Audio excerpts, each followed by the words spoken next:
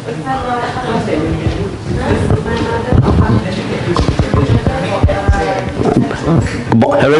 morning, brothers and sisters in the Dharma. My name is Bobby Ng. I'm the Deputy President of BGF and also the Dhammadutta Exco. So, now before we introduce Khenpo, I would like to sell a program of BGF. Okay? Now, we are organizing a laughter yoga class. How many of you have heard of mindfulness-based stress reduction, MBSR? Okay, good. So this course is called MBEC, Mindfulness-Based Emotional Composure. It is actually a homemade thing by Brother Billy Tan. Have you heard of Billy Tan? No, okay. Billy Tan is a professional trainer, a psychotherapist, NLP practitioner, and a hypnotherapist. And he came out with this program, and recently he also got certified as a laughter yoga therapist. Instructor. So he is also incorporating this course, mindfulness-based emotional composure, which is something like MBSR, together with laughter yoga. And together it is a 2-afternoon thing, starting from Saturday 20th, coming Saturday 2 to 6, and the following Saturday 27th 2 to 6. Registration is only by donation, 30 ringgit requested.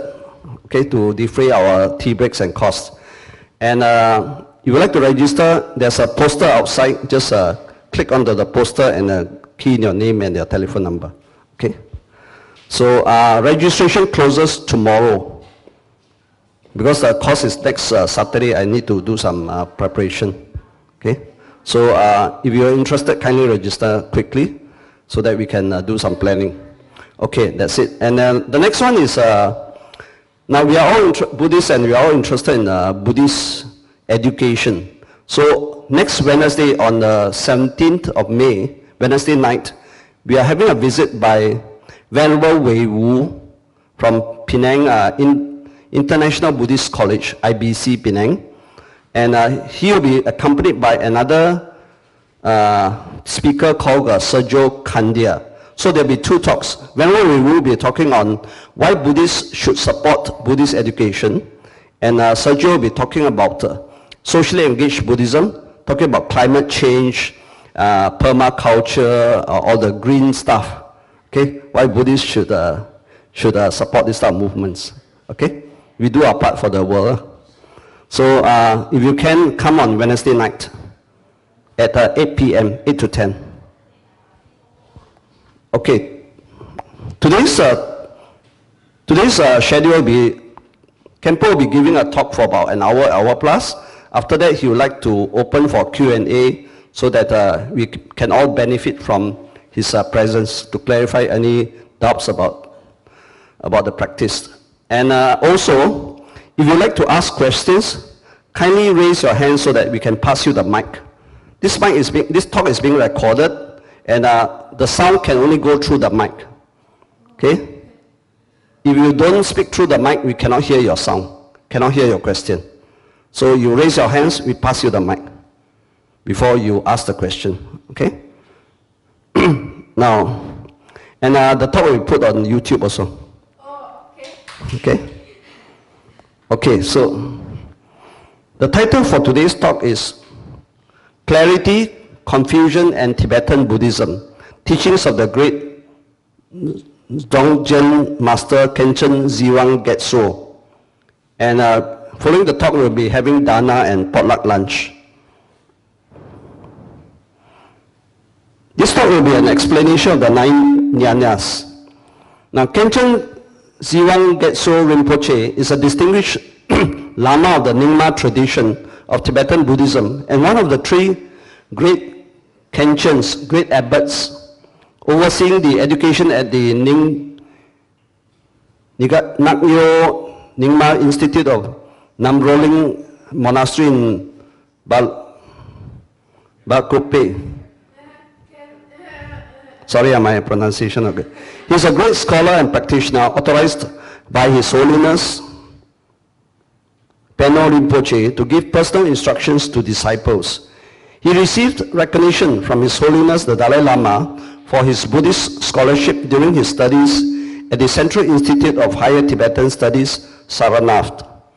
He received all the major lineage transmissions of the Nyingma traditions from His Holiness Dudjom Rinpoche, His Holiness Dilgo Khyentse Rinpoche, and His Holiness Penor Rinpoche. His profound level of accomplishments and impeccability in maintaining his vows, along with a deep understanding of the Western mind and the ability to speak to all levels of students, makes him one of the most highly respected and revered teachers of the entire Nyingma lineage. He is also affectionately known among his students as Khenpo Guru. So while we invite Khenpo to come in, we kindly kneel and pay respects to him, okay?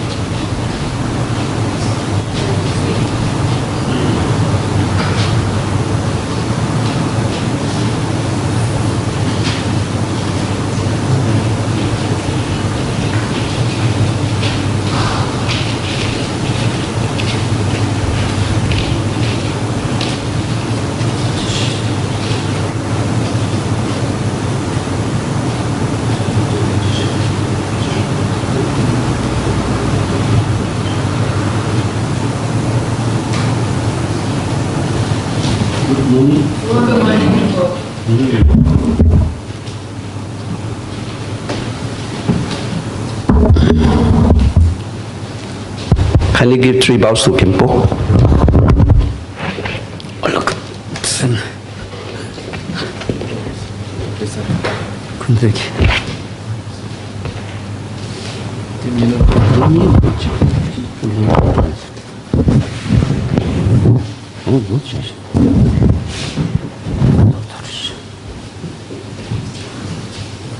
Yeah, no need. All sit like this. Oh, yeah, thank you. Yeah.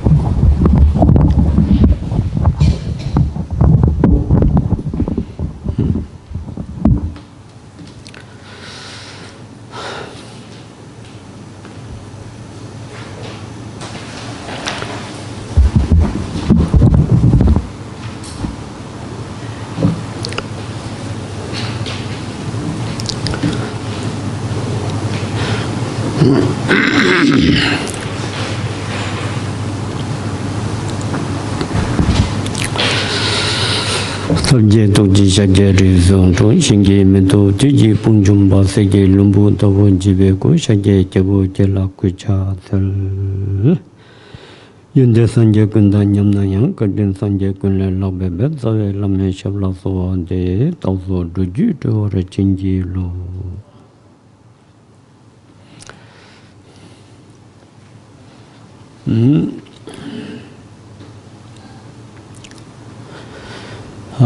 Yeah, so this time, as you heard, topic is on what? Clarification, confusion, and then to clarify the confusions, and then about which Vajrayana, but it is nowadays called Tibetan Buddhism.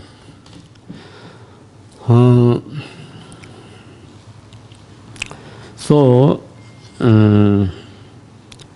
as you all know, that Shakyamuni Buddha came on this earth about 2,500 something years before. And then what Buddha taught is what is known as the Dharma.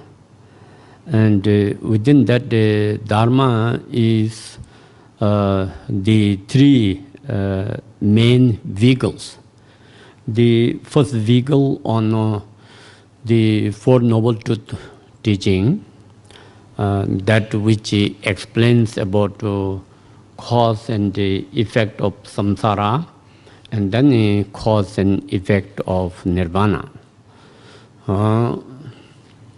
That which is common in all the Buddhism, like whether it is Theravada Buddhism, or Mahayana Buddhism, or Vajrayana Buddhism, or even Zen Buddhism, or in a way like kind of based on country like Sri Lanka, Ceylon, Burma, Cambodia, Vietnam, or Nepal, China, Tibet, just or Bhutan, or anywhere that all just understand and follow those kind of Four Noble Truth teaching, which is mainly concentrating on the law of karma. So in that sense, there is no difference among all the kind of Buddhist followers and the Buddha's teaching. Then a second turning wheel of Dharma, then a Buddha mostly concentrated on, in a way, what is known as Prajna Paramita. So Prajna Paramita teaching is very extensively explained and taught, which in a way the most largest is about 100,000 verses of Prajna Paramita teaching, and then the medium is called to 25,000 verses, and then more contents is 8,000 verses, and besides that there are in between kind of Buddha taught in a different occasion, different place, kind of certain part of those kind of Prajna Paramita. That within that Prajna Paramita teaching, that main thing is of the kind of Mahayana. One is how to train one's mind to be as a bodhisattva, so which means giving rise to bodhicitta, and then the bodhisattva path, the practices, so that can be easily condensed into what is known as the sixth perfection, such as kind of generosity, morality, patience, perseverance, and then samadhi, meditation, and then the wisdom. So those six perfection. So on that day, Prajna Paramita, then the Acharya Nagarjuna that wrote commentary concentrating on the kind of a emptiness aspect. So within the Prajna Paramita, one most important teaching or most crucial teaching is based on kind of emptiness. So Nagarjuna wrote to this Mool Madhyamik root that about 27 chapters that which help to understand about what is known as the emptiness without any elaboration, which is gone beyond any sort of conceptual mind. And at the same time, there are many other kind of Nagarjuna also wrote. But based on his teaching, then Acharya Chandrakirti and then others have written kind of the again commentary still to understand about the kind of emptiness. According to that, then there is the explanation of within the Madhyamik philosophy, Then there is the Prasangika philosophy, and then the Sautantrika philosophy, and so forth. That extensive explanation on the emptiness with the kind of proper logical reasons, that which is kind of explained. So then, on the other hand, the Asanga, Acharya Asanga, engaging into practice of the visualization of Maitreya Buddha for 12 years. So there is a long kind of story how he concentrated into it. Anyway, finally that Maitreya Buddha appeared to him, and then took him to Kanden, that great joy heaven. And then he transmitted the 5 major teachings, out of which again that the commentary on the Prajna Paramita Sutra, which is known as Prajna Paramita Alankara Ubade Shastra Nama. So that explanation based on the kind of like 10 bhumis, 10 stages of the bodhisattva realization, and that part is explained from the vast aspect. So that way, these two are known as two pioneers. Pioneers, am I saying right? So in the Mahayana Sutra, one kind of concentrate on the just profoundness of the Prajna Paramita according to the emptiness, and the other on the vastness of the bodhisattva kind of path, and then the bhumi, and then every single bhumi, from first bhumi all the way to 10th bhumi, all those realizations and qualities, kind of like a extensive, kind of like explanation. So that based on the Prajna Paramita, anyhow, that which follow as Mahayana, and that like in Tibet, China, and Japan, then some part even in Nepal and Bhutan. Of course, kind of in those days, it started in the Nalanda University, including Bikarmashila University, those Prajna Paramita, the Mahayana Sutra. So from that point, within all the Mahayana followers, there is no any kind of difference. It is kind of same, and that in Tibetan Buddhism also we follow, and has extensive study on like all those commentaries of Nagarjuna, Chandakirti, Ajara Shandarakshita, Ajara Shandadeva, and Asanga, and so forth. All those, based on those commentary, just we have in our institution study as part of the kind of like a course. In South India, Namdroling, the Ngagyur Nyingma Institute. So that it is almost all the Tibetan Buddhist colleges have kind of like study on it. Then I don't know how much you are familiar with the like Ajahn Shantadeva's text, the Bodhicharya Avatara, the Bodhisattva way of life.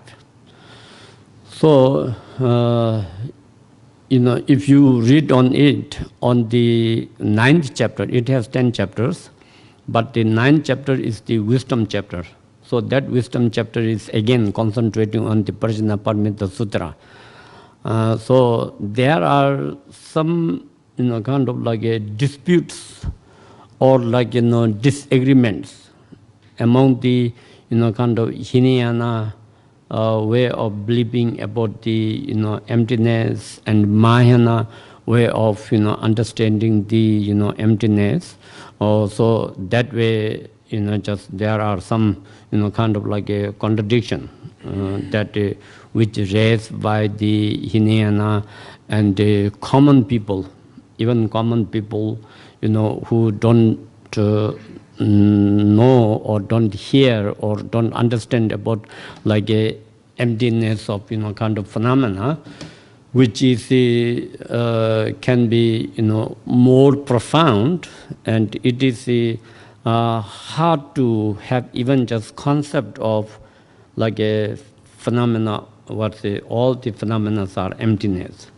So according to that, there are kind of like a argument against the prasangika just a madhyamic philosophy, because prasangika madhyamic philosophy like Chandakirti and so forth, they try to establish that the whole complete phenomena, not just only the samsaric phenomena, not just only even our five aggregates, even the Buddha field, even the Buddha fields, and even the Buddha's, the appearance of Buddha's body, or even the deities, what you hear, or maybe kind of like a read that in Vajrayana how many deities are there, all are kind of emptiness in nature.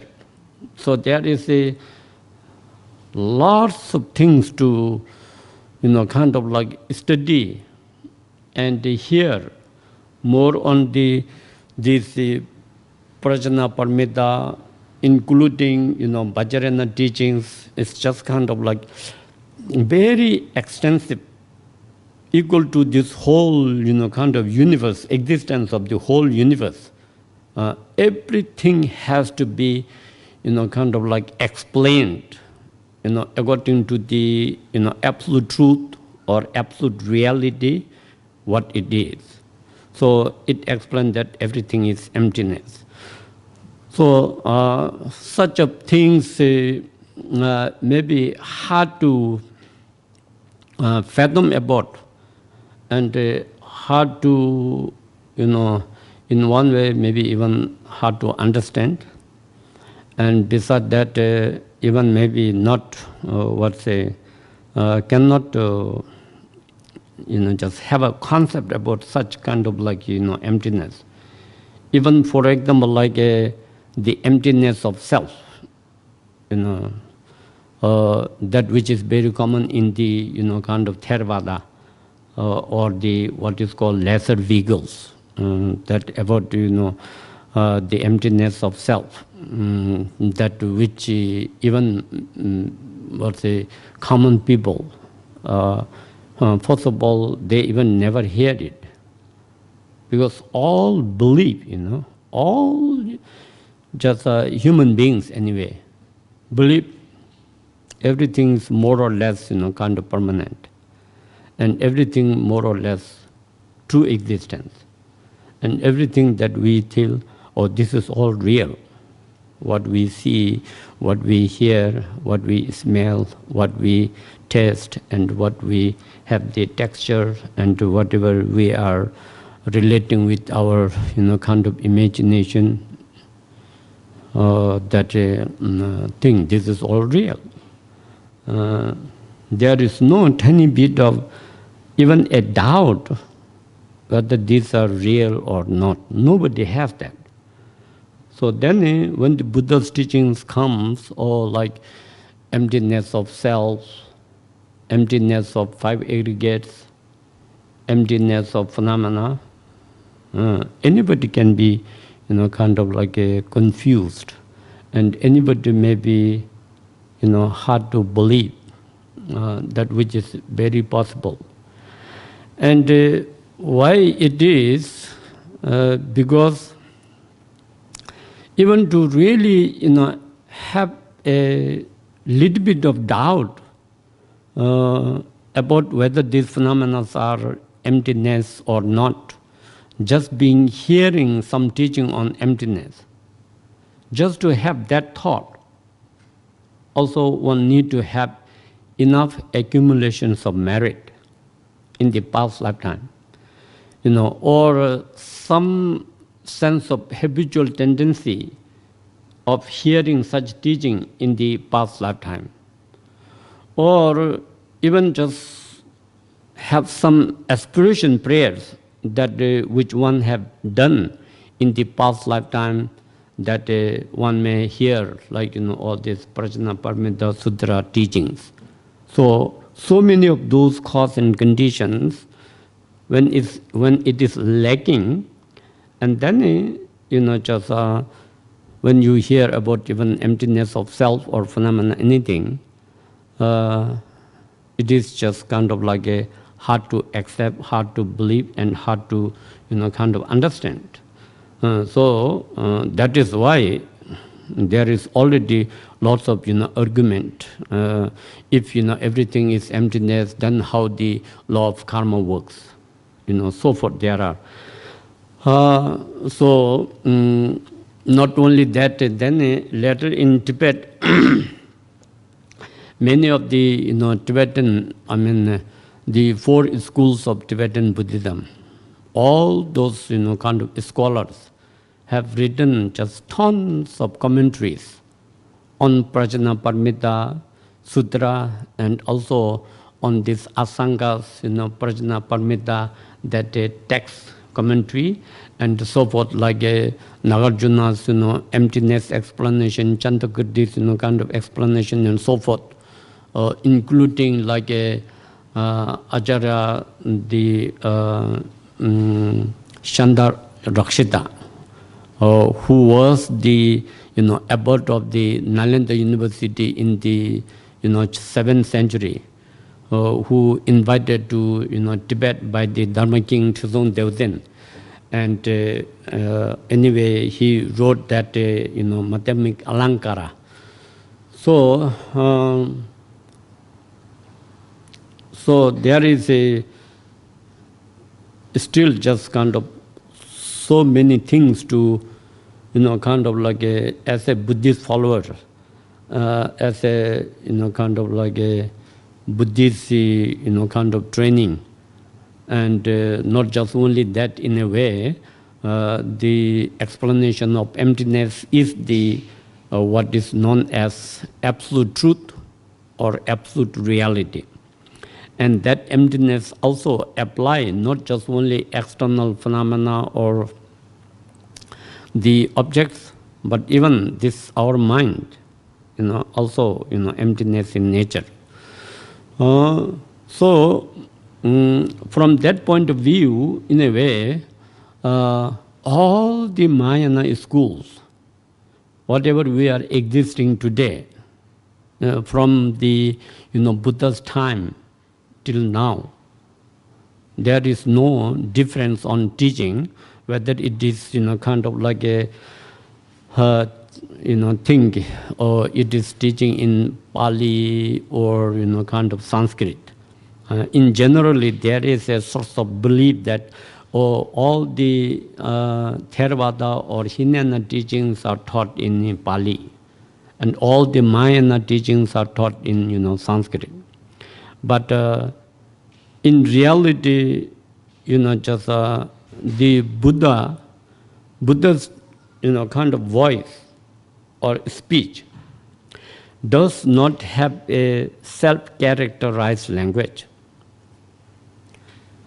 So where even Buddha saying, "Sadang ludang nujinke tubunta the mi kenon rogunje tajeche dama thamjike dudagche," which means like a God's language, Gandharva's language, and non-human beings' language, and then just the Gandharva and so many, whatever sorts of, even many of those non-human beings, even we kind of don't have any specific example to point it out what is Gandharvas and so forth. And besides, I think like a scientists, and then if they cannot see or cannot hear or cannot kind of like a touch, then like a modern science and scientists also ignore completely, And besides, they say this is not true, it's not existing.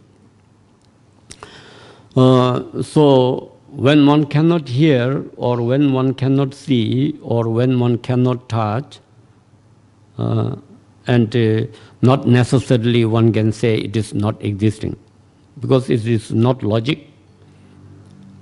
If one cannot see, one cannot hear, and one cannot touch, if it is non-existent, then even before the computer said existing, we never see our intestine, heart, or lungs.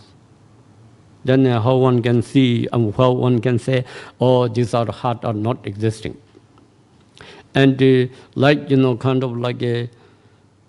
maybe 100 to 100 years, in Asia, then America, that country.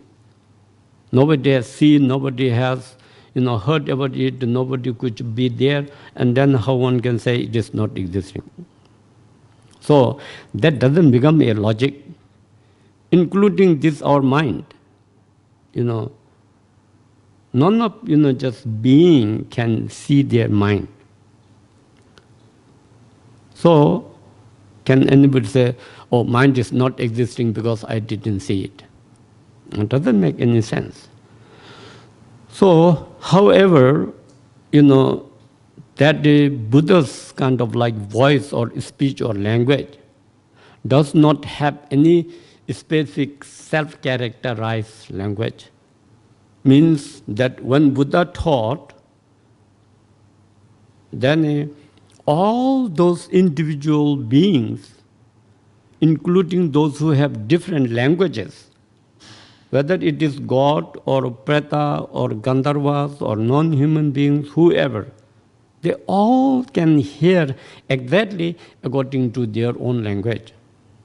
Does not need, kind of translation. So there is no much, reason to argue. Oh, Buddha taught in Sanskrit, Buddha taught in Pali. The importance of that, as we are as a Buddhist follower, to follow what Buddha taught, is that what is the essence of the Buddha's teaching. We are supposed to know that. Doesn't matter whether Buddha taught in Sanskrit or Pali or maybe just normal Hindi language, because Buddha born in Lumbini, which considered before as India. Now it is in Nepal. So then the Nepal and Indian, they all, no, Buddha born in Nepal. Then they, no, Buddha born in India. People just fighting for it, kind of. So there are so many things like that for no much great benefit or reason. People always just follow with their ego. Oh, my country, my people. So that what it is actually anyway cause of the suffering, the ego, self-attachment, self-cherishing. That was the kind of Buddha's essence of on teaching, that even the Hinayana, in the Hinayana Sutra, Tripitakas also explained that. Then in Mahayana, of course, the just emptiness of all phenomena.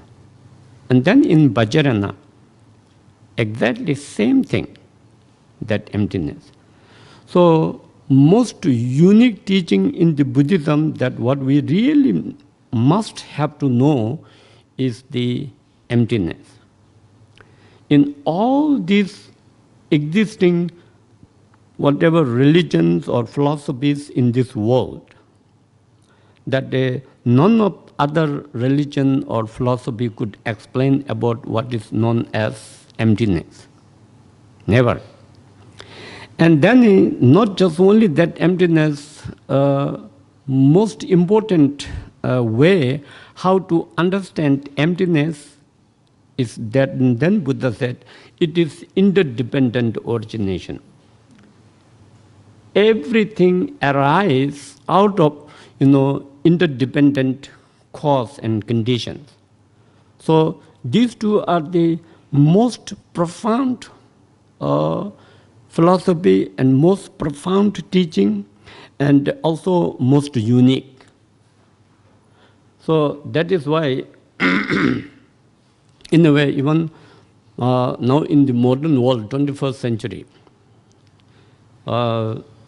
many of the kind of scientists now they are also really getting so much excited and interested about this kind of Buddhist philosophy from the interdependent origination aspect, not from emptiness. Even though this quantum physics, quantum physics, as they anyway do all sorts of kind of like experiment, and they have also come to some kind of conclusion that it is something like emptiness. They can't find anything. But they are just now scared to say it is emptiness. Because then they just come to kind of conclusion of Buddha's teaching that Buddha taught 2,500 years back. And then maybe just become, they become Buddhist, kind of Buddhist follower or kind of Buddha's follower, so they were worried. So they never say emptiness. But they have already come to such point, sorts of kind of like a understanding. So that itself proves that what Buddha taught is truth, based on the nature of phenomena, based on the reality, whether it is relative truth or absolute truth. So that same philosophy is kind of more extensively and more clearly explained in the Vajrayana. In Vajrayana, that the what you hear as tantras, so from that point of view, kind of the Sutrayana, Mahayana, or the Vajrayana, there is no difference. So there are also things. First you have to know what are the common things within all Buddhism and within the Mahayana and Vajrayana, based on the Buddha's kind of three turning wheels of Dharma. And then the third turning wheel of Dharma is which is called Nyepa Twengi Dote, means kind of like all the definite meanings. Or more like kind of absolute reality, that there are about kind of 10 main sutras that which explain about the this main subject of the third turning wheel of Dharma, which is more or less concentrated on what is known as a Buddha nature, the Tathagat Garb, in Sanskrit it is called Tathagat, means Buddha, Garba, the essence or nature. So essence of the Buddha. So, and that has a very good commentary, just written by Asanga, that which is given to Asanga by Maitreya Buddha. So in that there are kind of like 9 examples, and those 9 examples are already taught by Buddha in those kind of sutras. And then there is the kind of logical kind of reasoning to establish that every single sentient being has that Buddha nature. So which means that Buddha nature is that a potential, a cause, or a seed is within every single sentient being. If just anybody engage into this path and practice, anyone can be attain enlightenment. So that is Buddha nature. So that the logic reason with the example of like, kind of Shakyamuni Buddha. They're saying all these beings can attain enlightenment because they have the seed, potential, Buddha nature. For example, like Shakyamuni Buddha, or Maitreya Buddha, or Medicine Buddha, or Amitabha Buddha. Then if we read, Totikesang, the Sutra of Bright Aeon, there is thousands of Buddhas. All those can be example. And before that, in the Sutra, there even happened, millions of Buddhas. All those names are also there. So all those Buddhas are, in the beginning of samsara, they are also same like us, a sentient being. And then, kind of, all these Buddha, those who, attain enlightenment from the beginning, and then taught this, teaching, and then they first hear this teaching, and then contemplate on it, and then engaging into practice, and with the meditation, and then finally they attain, kind of enlightenment by purifying all the obscurations. Anyway, obscurations are in generally, according to the Mahayana Sutra, and also in Vajrayana, condensed into two. That the afflictive emotional obscuration, and then a cognitive obscuration. So two obscurations. And these are explained very clearly in that Asanga's, kind of text. That Sanala so Namdroling, then you move to Korsum number Tobagan, then Shejet. So this way, just kind of two obscuration. So sentient beings, or the human beings, in a way, we even don't know what is obscuration. Then how one can just kind of like purify when one don't know what is obscuring. For example, like, as I said, every single sentient being, wherever there is consciousness or mind, within that mind or within that consciousness, there is the Buddha nature. And at the same time, it also explains that wherever there is Buddha nature, it is already accomplished with all the enlightened qualities.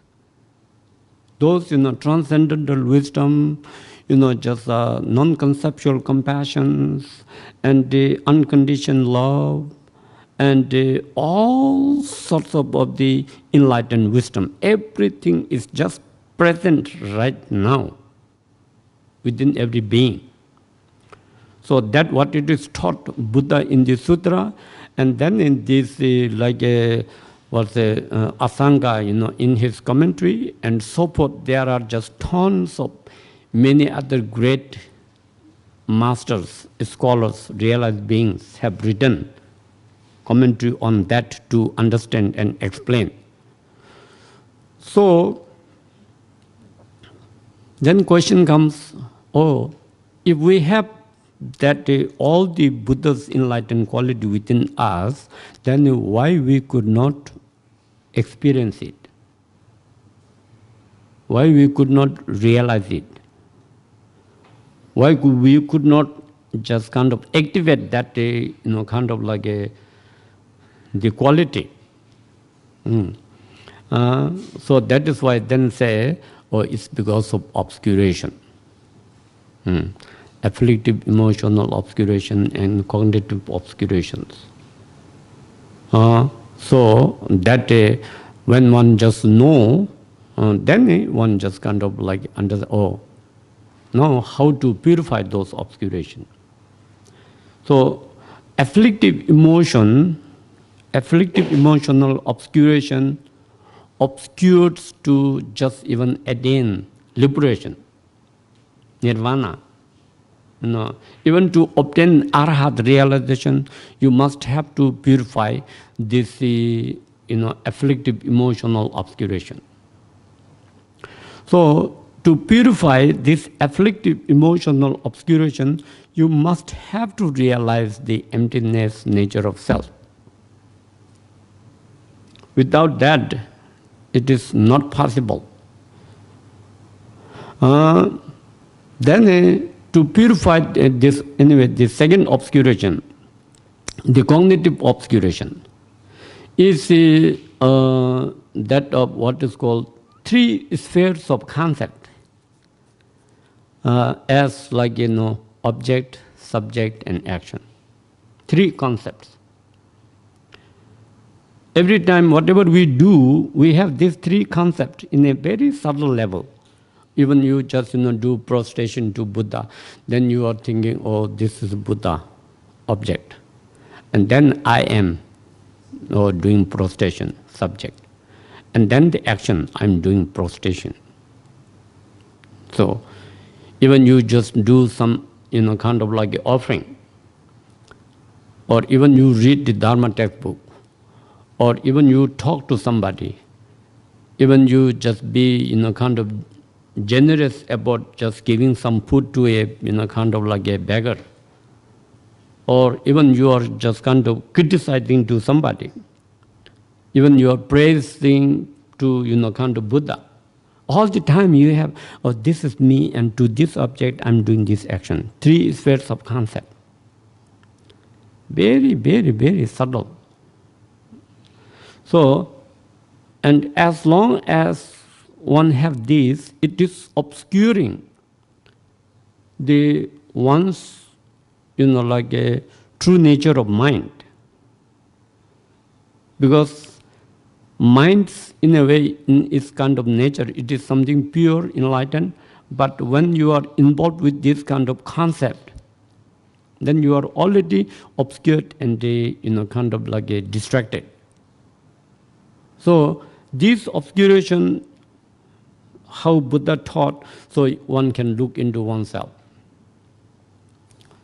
As long as there is afflictive emotion,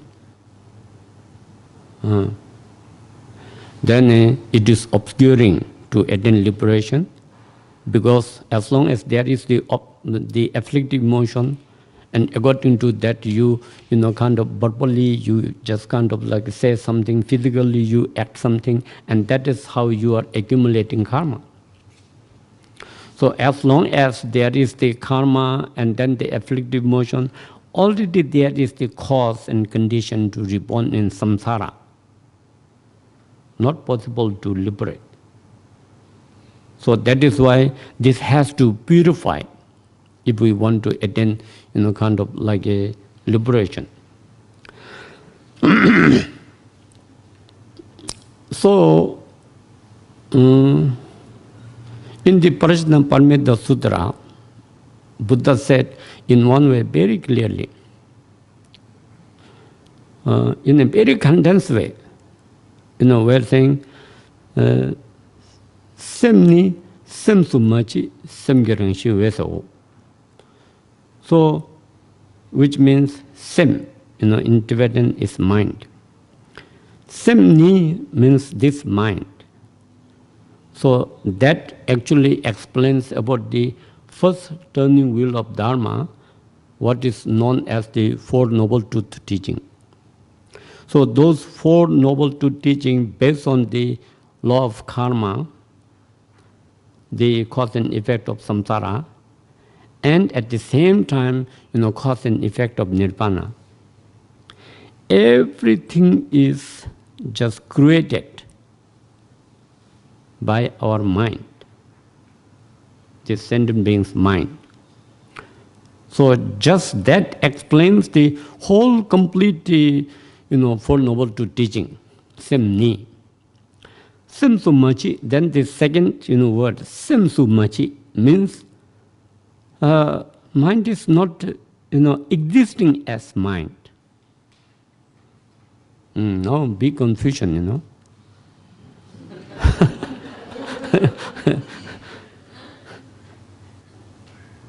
then one gets so not just only confused and maybe even one may don't want to believe. Mind is not existing as mind. Then what? Then what is existing? And besides that, we just say, oh, my mind, my thinking, my feeling, my aggregate, So just have very strong kind of like a attachment, grasping, clinging, and all that created by habitual tendencies or habitual pattern or habitual propensities. So that a habit of holding my mind, my feeling, kind of my body, and then so forth, we have just kind of like thousands and thousands of which we can call my. And all those we are grasping, clinging, holding onto it. That as we are grasping, the obscuration of the three spheres of concept. And then when we get afflicted, the obscuration of afflictive emotion. So we can judge ourselves whether we are following the path for liberation or whether we are just kind of like a naturally drawn towards the path of samsara. Samsara and nirvana is not anything there, not outside. The Buddha field and Buddhas, not anywhere far away. And samsara is also nothing else. It is in one's mind. So that is why that saying, mind is not existing as a mind which explains, emptiness. The whole complete teachings of the Prajna Paramita Sutra. And then as you read Heart Sutra, where that explains, form is emptiness. And then emptiness is form. And form is not other than emptiness, and emptiness is not other than form. Similarly, rest of aggregate. Feeling is emptiness. Emptiness is feeling. Feeling is not other than emptiness, and emptiness is not other than feeling. So means the form, this our form, this table form, this house form, the whole complete form itself is emptiness. You cannot find emptiness somewhere else in this space. This whole complete table form, it has to be emptiness by itself. So where, kind of in Sudara, sukitong, mikitong, tatretong, so means that this I is empty of, I itself. So like even this Dorje Java, the Diamond Sutra, very direct. So in that way, just saying mind is empty of itself means that mind, what is called, just a sentient being's mind or samsaric mind. From the absolute point of view, that this mind is never existing. Our mind itself is, from the very beginning, it is a kind of, delusion. That is why we say it is ignorance.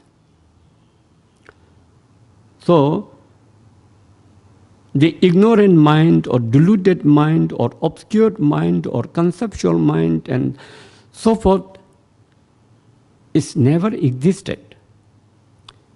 It is emptiness in nature.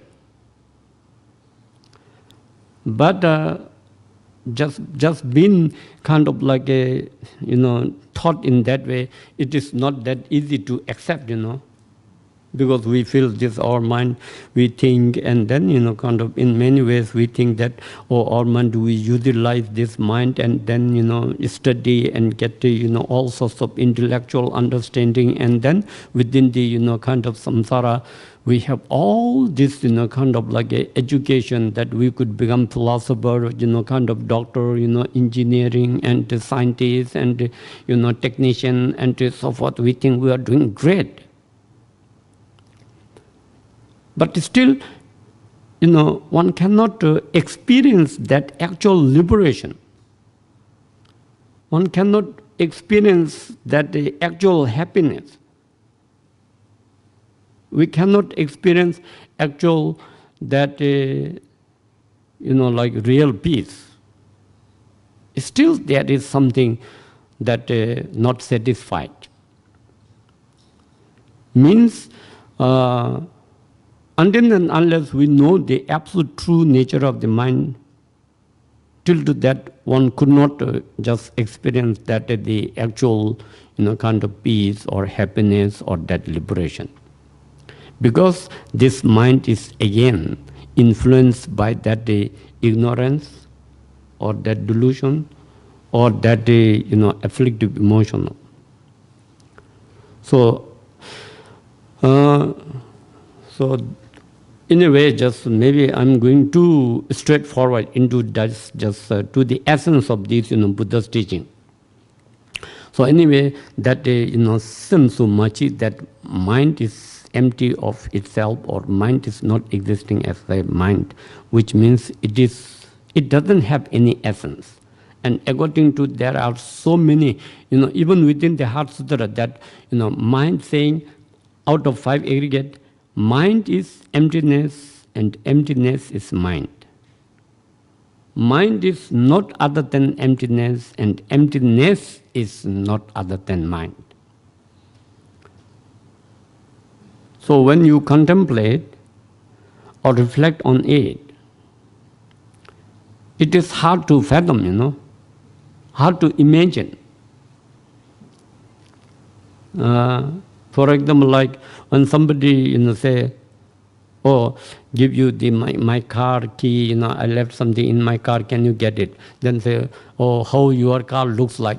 Oh, it is, kind of BMW, gray in color, and then, kind of this number, and so then you could just go through imagination, kind of like you create an imagination that how that car looks like, and then with that imagination you walk and go and find it out in the parking, and then you say, oh, I must be this one. But when we talk about the emptiness is mind, and mind is emptiness, and mind is not other than emptiness, and emptiness is not other than mind, then just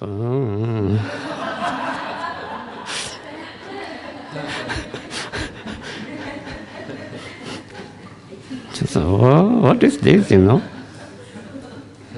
It is not even just explaining anything about like a emptiness is beyond any sort of elaboration.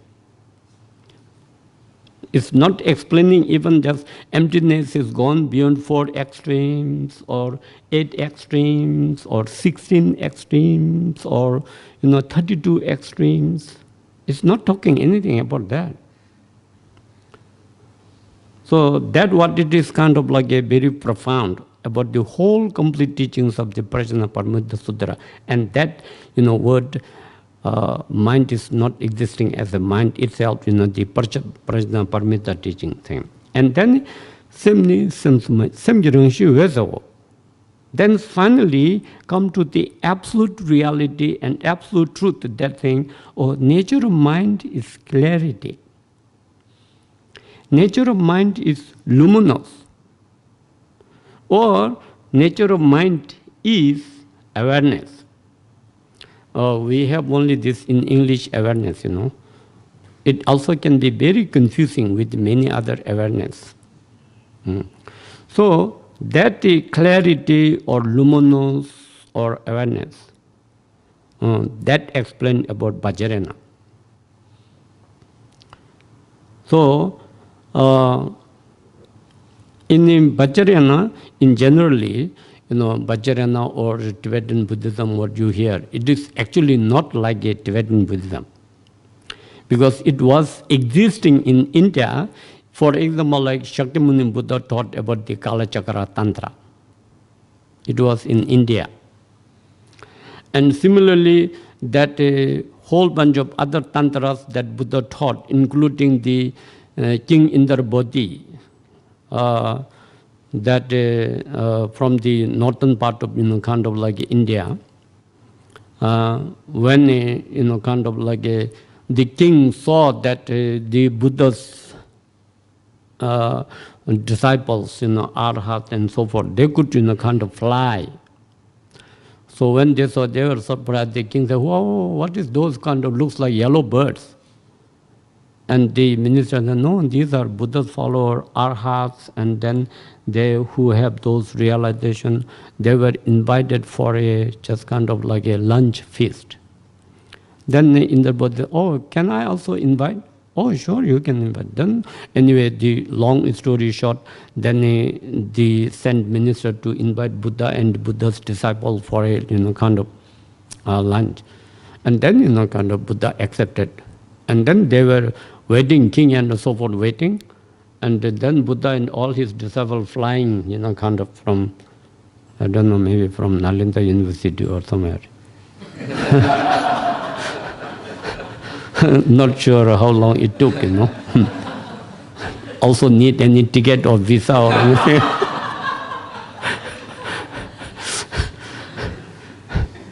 So it is kind of like free fly, So waiting, and then they all came from, kind of like sky. So then how that day, just King Indra Bodhi and then all his subject minister, everything, they offer all this, kind of a lunch and feast and everything. And then finally that Indra Bodhi said, "I want to follow you in Buddha." And then Buddha said, "Well, that's very good. Very good. You just, come follow me and just enter into the, monastery, just, receive this ordination. And then you can just be, kind of like continue to study the Dharma." And then what the Indra Bodhi said, I think he is the emanation of the modern world. He said, "Well, just I don't want such kind of path. I want to have all this luxury, the palace, wealth, the family, and everything. With this, everything what I have, I don't want to abandon anything. With all this together, still I want to follow this spiritual path." Even though Buddha as an enlightened being, of course he knows, but to just get into things become more clear in many ways. So then Buddha said, "Oh, you are qualified vessel for the Vajrayana." And then, kind of Buddha, kind of opened the, just Guya Samaja, kind of deity mandala, and then he started giving this, kind of like empowerment, which is called empowerment, apikhensa, or initiation, that which is only existing in Vajrayana, the empowerment. Not necessarily in the sutra, just kind of doesn't need empowerment. So then when Buddha gave that empowerment, then there is, in a way, there is, as we have gone through yesterday, about the Avalokiteshvara, empowerment, and where that goes through so many detailed explanation about what is deity, how this came into exist, what is purpose, what is benefit, and so forth. So, as the Buddha, kind of like start the empowerment to the end, the King Indra Bodhi just kind of like get it, everything like that. So that is the most qualified vessel for the Vajrayana followers, which means, within the levels of mind, there are, categorized into three, sharp level mind, medium level mind, and dull level mind. And within the sharp also, sharp, middle, sharp, dull. Similarly, dull, sharp, dull middle, dull. So dull, very difficult. It takes long, many lifetimes, Have to purify lots, So if you are sharp level of mind, and that what it is known as the Vajrayana, kind of like a qualified vessel. So this, until you study this sutra and then the, kind of Mahayana and then slowly entered into Vajrayana. Within Vajrayana also there are outer Vajrayana and inner Tantra, outer Tantra, inner Tantra. Within the outer Tantra there is the Kriya Tantra, Upatantra, Yoga Tantra, 3 levels. And with that it is almost like a course, whole complete course that you study in college or university. So once you've gone through those, then you have enough knowledge about Vajrayana. Then you entered into what is called the inner Tantra. Then there is study about Mahayoga Tantra, Anuyoga Tantra, and Adiyoga Tantra. So in the beginning there is Hinayana, Pratyek-Buddhayana, and Bodhisattva-yana, those 3. So that already become 9 yanas. Because of the 9 levels of kind of mind. So level means whether your mind is kind of sharp enough to understand the most profound teaching or not. So that way the thing in their body, anyway, when the empowerment is completed, he already just kind of recognized his primordial pure nature, which means his Buddha nature. He recognized everything like that. And that way, he becomes just kind of, liberated. That in our, kind of text says, in the Buddhism, talk drill. The moment the empowerment is conferred, and one just realize, and then drill, liberated. Means all those afflictive emotions are instantly kind of purified. So in one way, this is, like a Dharma teaching, even Mahayana, and especially Vajrayana, especially, kind of like this, what you hear, the, Dzogchen, the great perfection, Ta Yaman. If oneself qualified vessel, the nirvana enlightenment is just a moment of recognizing your nature of mind. Anytime, anywhere, if you recognize your nature of mind, exactly just as the explanation of Buddha nature, you are done with the samsara. There is really nothing to really purify anything. It can be so simple like that. But then when one cannot just be somehow not the sharp level of mind, like you are not the knives and swords, the ninja fighters, this, they have to have this very sharp knife, and they have to make it very sharp. So anytime they just move it, they can cut it, Where in Tibet also they say like, this girls, ladies, long hairs, and you just threw it in the sky, and then this sharp, kind of like a sword just hit and cut into so many pieces. The hair, So that much sharp. And similar like that, when we have those sharp mind of that, the wisdom, what is called transcendental wisdom, then one can recognize one's primordial pure nature according to the Vajrayana, the primordial pure nature. And that primordial pure nature of mind is always within oneself. The enlightenment, the Buddha, kind of all the qualities of enlightened Buddha, those are never been, gone anywhere. It is still with ourself, with our being. in our absolute true nature of mind.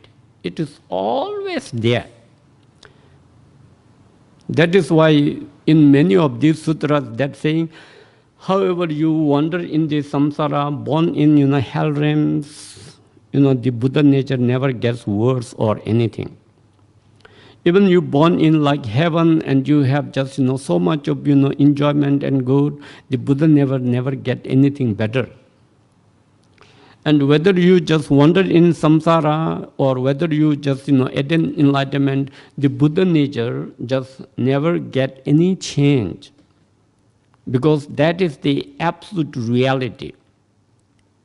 So that absolute reality is like uncompounded phenomena. Uncompounded. And uncompounded means, it is not compounded of any cause and condition. It is just as it is, from the moment whenever it has been existed, it is like that. So in one way you could understand, it is permanent. Uncompounded, permanent. Then also there is kind of like very clear explanation, because there are also so many other religions that they believe like a atma permanent, soul permanent, the God permanent, and so many of things there they believe permanent. Then one may have confusion. In Buddhism also there is something permanent. So there need lots of subtle, very subtle explanations what is the difference. That one which makes you be enlightened and liberated, and that one still just somewhere got a little bit lost. So there is just so many things to study in a much subtler and deeper way. So that the uncompounded Buddha nature, which is almost like, in one sense, kind of permanent, that in the Asanga, kind of this, the Uttatantra explained, that called, that it is not in the relative, kind of world, there is, permanent, impermanent. It is dualistic, good, bad, right, wrong, pure, impure, object, subject. It's dualistic. So that Buddha nature, that permanent is that which says it is gone beyond permanent and impermanent. It's gone beyond. It's not even permanent because there is no impermanent. So it is gone beyond those two. Then again, one get confused. It is not even just permanent, and of course it is not impermanent. Then what it is? Then our mind still cannot just kind of like fathom that nature. This mind could not just kind of like, cannot imagine what is that great permanent. So that is why the absolute truth, the absolute reality, the absolute true nature of mind, that is the great perfection view, is gone beyond this mind. That even in the praise to the Prajna Paramita. Prajna Paramita is that transcendental wisdom which is known as the mother of all the Buddhas, bodhisattvas, and arhats. That which gives birth to all those arhats and bodhisattvas and the Buddhas. Not only that, the just emptiness gives birth to whole complete existence of samsara and nirvana. So it is not permanent and it is not impermanent. So that kind of the absolute true nature of mind, what is called the union of emptiness and clarity. That how the king in their body, instantly got liberated just being receiving that empowerment. So that is what specializes in the empowerment ceremony, that in a way, even today also possible, such thing. But seems very difficult. Need most qualified master and most qualified disciples and most qualified empowerment. And when these three, most qualified thing, kind of takes place, the liberation is like that. So, when these are not just kind of like a qualified in that way, then we need to go through all this, so many preparation. For example, you hear, maybe some of you might have heard, in Vajrayana, even you want to do all this, kind of like a great perfection, the Ati Yoga, the Tayaman practice, and then you must have to do Wando, preliminary practices. Why one have to accumulate like 100,000 prostration and give rise to bodhicitta, so many times, and then, kind of like this mandala offering, 100,000 times Vajrasattva, 100 times Guru Yoga, just 1.3 millions or 1.2 millions. Here you have to accumulate. Why one have to do that? It's just to purify those obscuration. Purify obscuration at the same time to assemble the right causes and conditions to be more sharp mind by accumulating more merit and wisdom. And when that just kind of practice is done, kind of through that you become more sharper mind, then when these profound teachings happen, then in a way you will not get confused. You just feel like, oh, this is true. I know, I understand. But still, it is hard to just kind of imagine. That is why this, praise to the Prajna Paramita, where I don't know, those verses are even in Chinese too, maybe, that where we say, Masam Jame Sharaparichin. Masam Jame cannot express the absolute true nature of phenomena, or that emptiness, or that Buddha nature, or that the, just enlightened mind in a way that cannot be expressed with any kind of language. And also cannot fathom with this mind. This our mind, this samsaric mind, in certain ways, it is self-characterized mind. That is why Acharya Shantadeva in his 9th chapter saying, Dandam lo ju min lo nukunto imbechir. Dandam, the absolute truth, that emptiness without any elaboration is not the object of this our mind. Because this mind is relative. So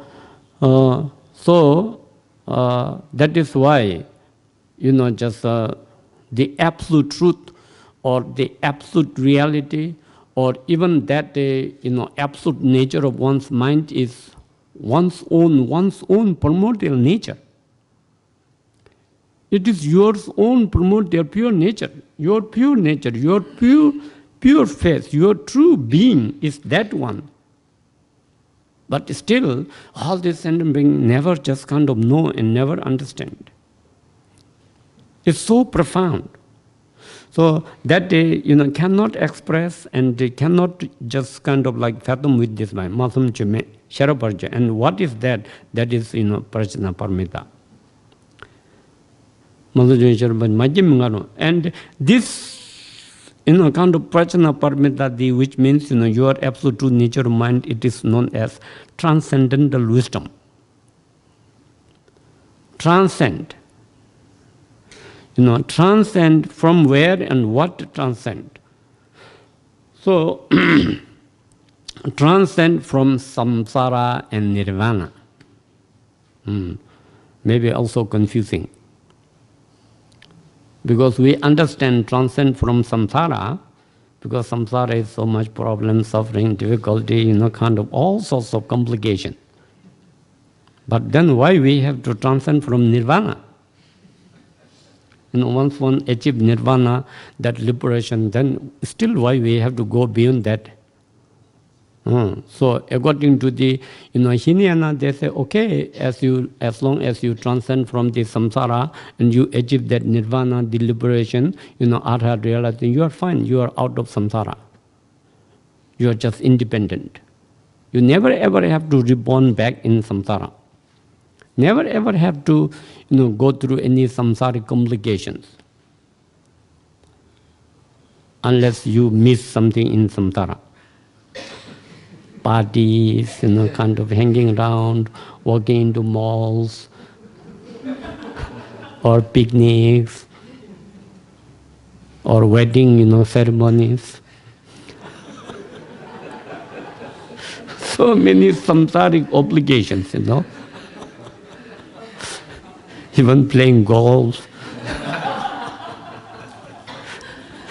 Just walk around and eat some ice cream.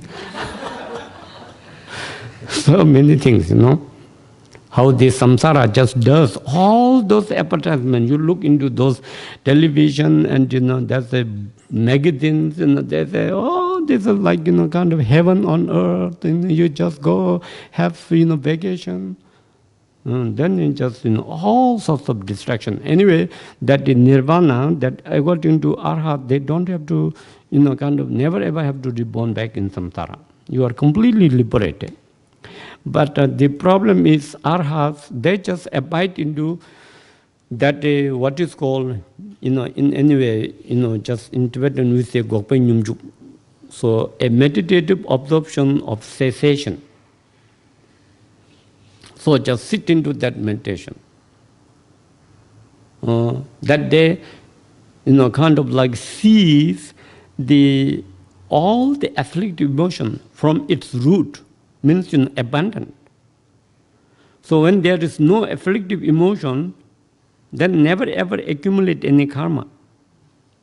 So when there is no these two, afflictive emotion and the karma, then there is no any cause and condition that you can reborn. Even you want to reborn, if you don't have this, you cannot reborn. Because everything is completely dependent on its specific causes and condition. Without that, nothing can happen. So they already just abandoned that because they realize the emptiness of self.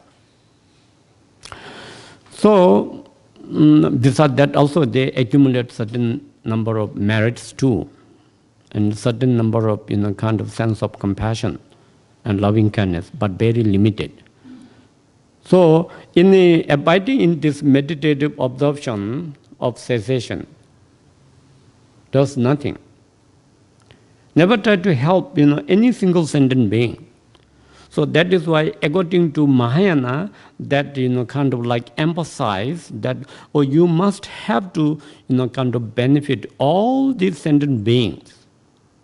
Then there is kind of like why you have to help and benefit to liberate all these sentient beings. Then they are explained so many reasons. First of all is kind of like the very, very basic teaching that say one or other lifetime, all these parents, all these sentient beings are, one time like, kind of your father or mother. So that way you have to repay back the kindness. If you are a decent, kind of child, to repay back the kindness, a noble way of thinking. So with that, they then emphasize you must have to give rise to bodhicitta, that you want to benefit all these sentient beings. So to benefit all sentient beings, then you must have to transcend this like arhats, kind of this nirvana, liberation. You must have to attain complete enlightenment, like Shakyamuni Buddha. And then only you can just kind of benefit all those kind of beings.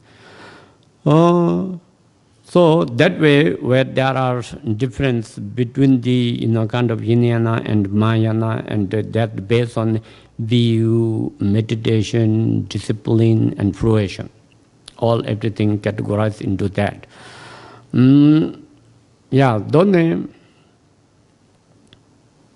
that anyway, this kind of like a Vajrayana, that where as I mentioned earlier, that the absolute true nature of mind is kind of non-dual nature of the emptiness and awareness or clarity. So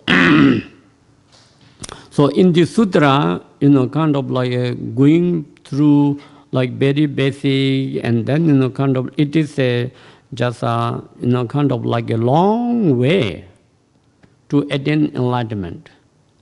Because that the whole complete existence of this samsara and the nirvana is just the production or the creation of one's own mind.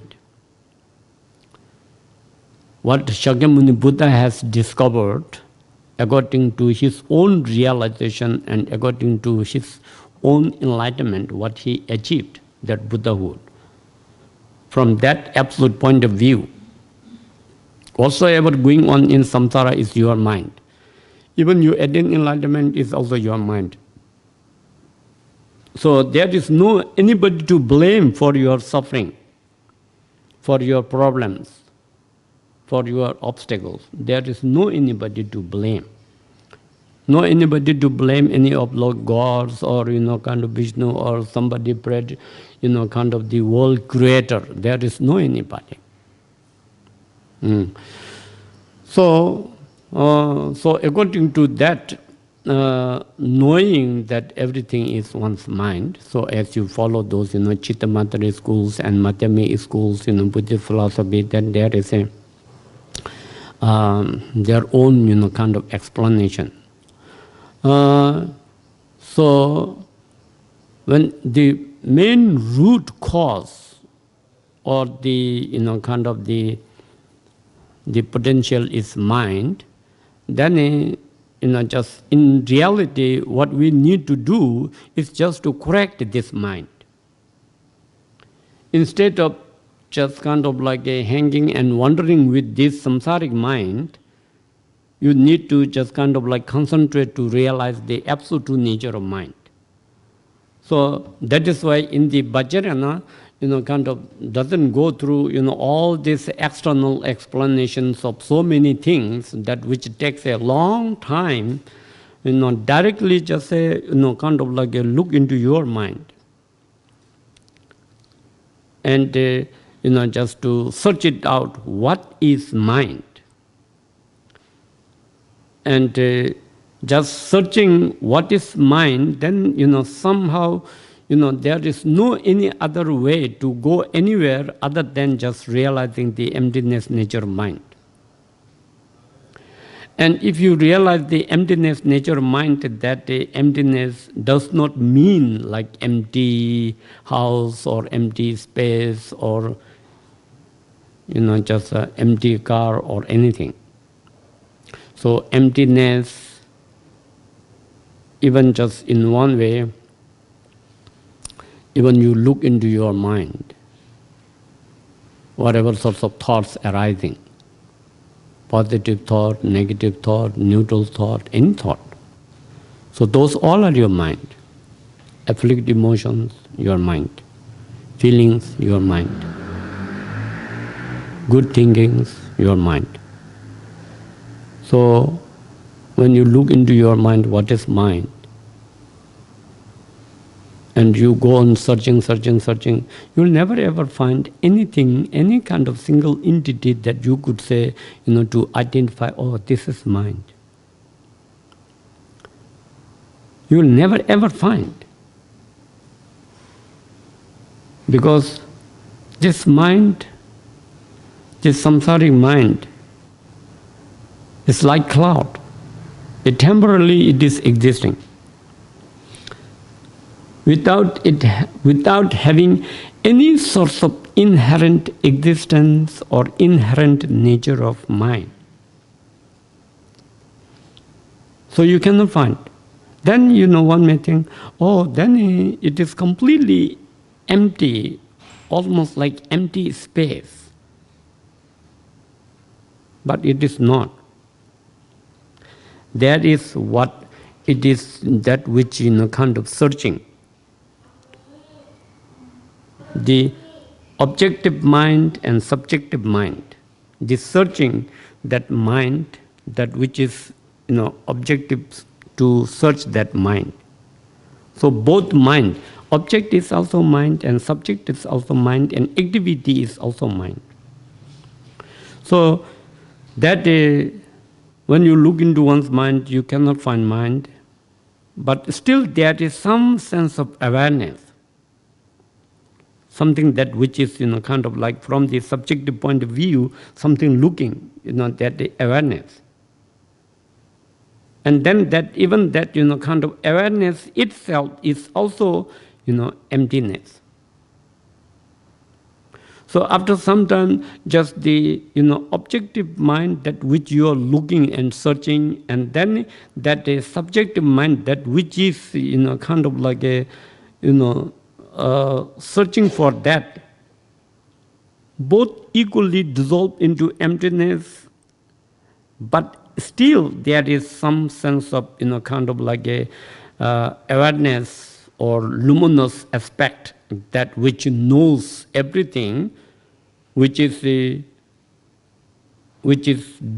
does not have any sorts of, kind of inherent existence or inherent true nature as to identify as something, oh, this is awareness. So once you could, kind of like a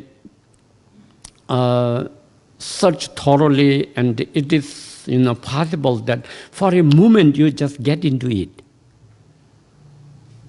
For a moment, and when you just really for a moment you get into it, you are just kind of like a almost like unconscious, but not in coma. There is something that and moment that you have that experience, and the moment that you wake up, you feel like, I experienced something. And when you try to imagine, also cannot imagine. You want to speak out, you cannot speak. That is called prajna paramita. That is called Buddha nature. That is called Ati Yoga, the great perfection, Rigpa, the awareness. And that, kind of which need to be recognized and then maintained.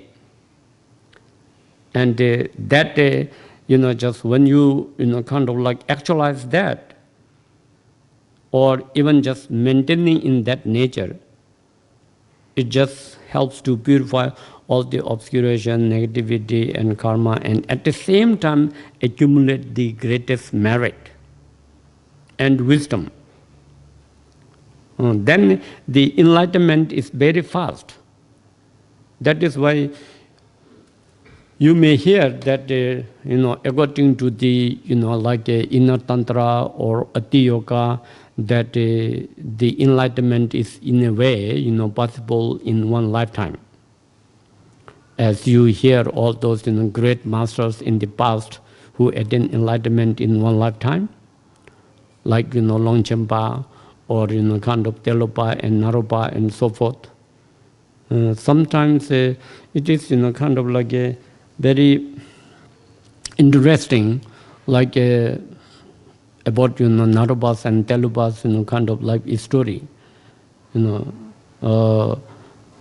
Naropa has to go through so many of hardships following his master, the Telopa. Just only hardships. Nothing much really, specific teaching or empowerment or, kind of instruction. Naropa has become already a great scholar, that one of the great Pandita of the Nalanda University.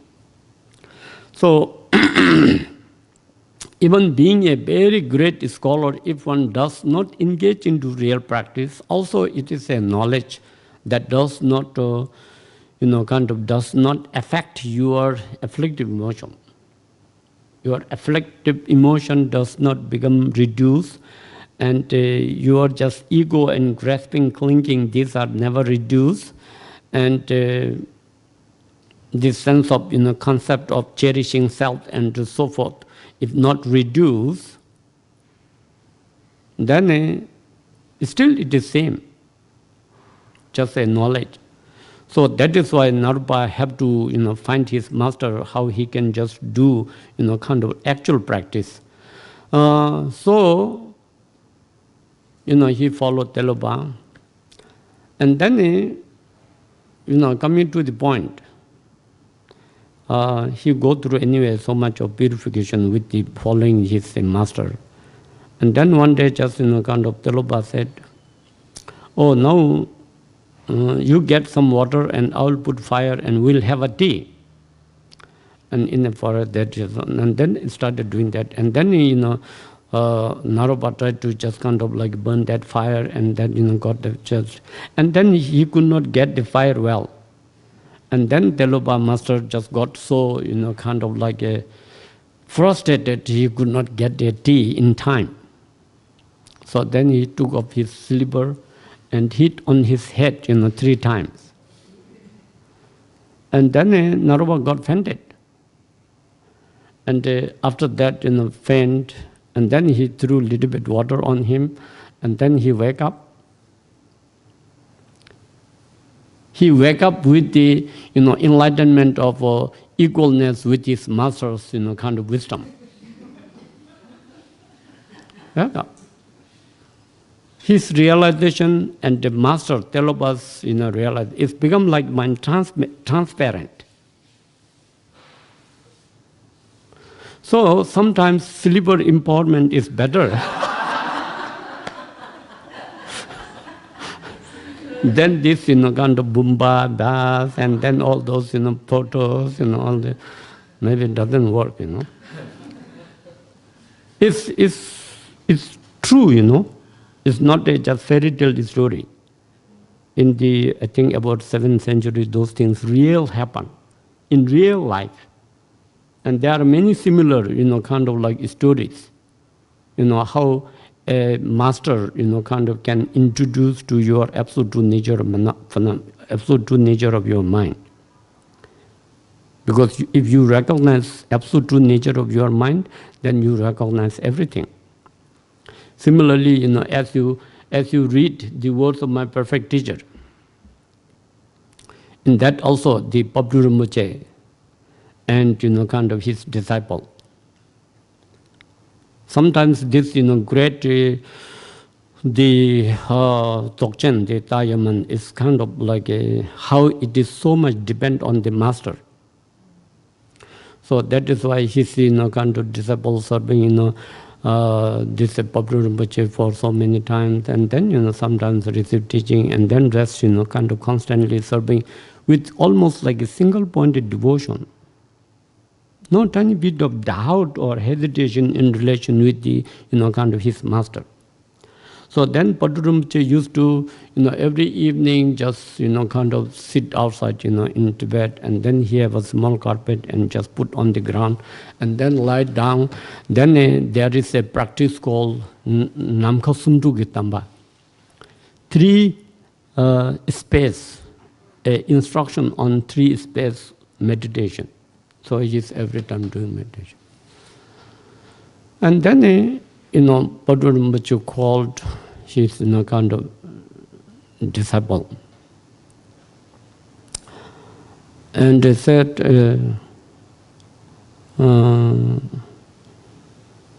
his name, Lungche, Pabdu Rinpoche in a kind of nice way, kind of like a very close way of just calling, Lungche, kind of. So his Lungtok name. So Lungche, you said you didn't know the nature of mind. And then he said, yeah, I don't know. And then he said, just come here in the night, very clear sky, that moon, stars. And then said, just lie down same like me. And just lie down there. And then they are close to that Dzogchen monastery. And lie down. And then, the Pabdu, do you hear that in Dzogchen monastery dogs are barking? Oh, yes. Do you see that, in the sky there are moons and stars, so beautiful? Yes. Are you aware that we are having this conversation? And then he said, yes. And then, the Pabdran said, that is nature of mind.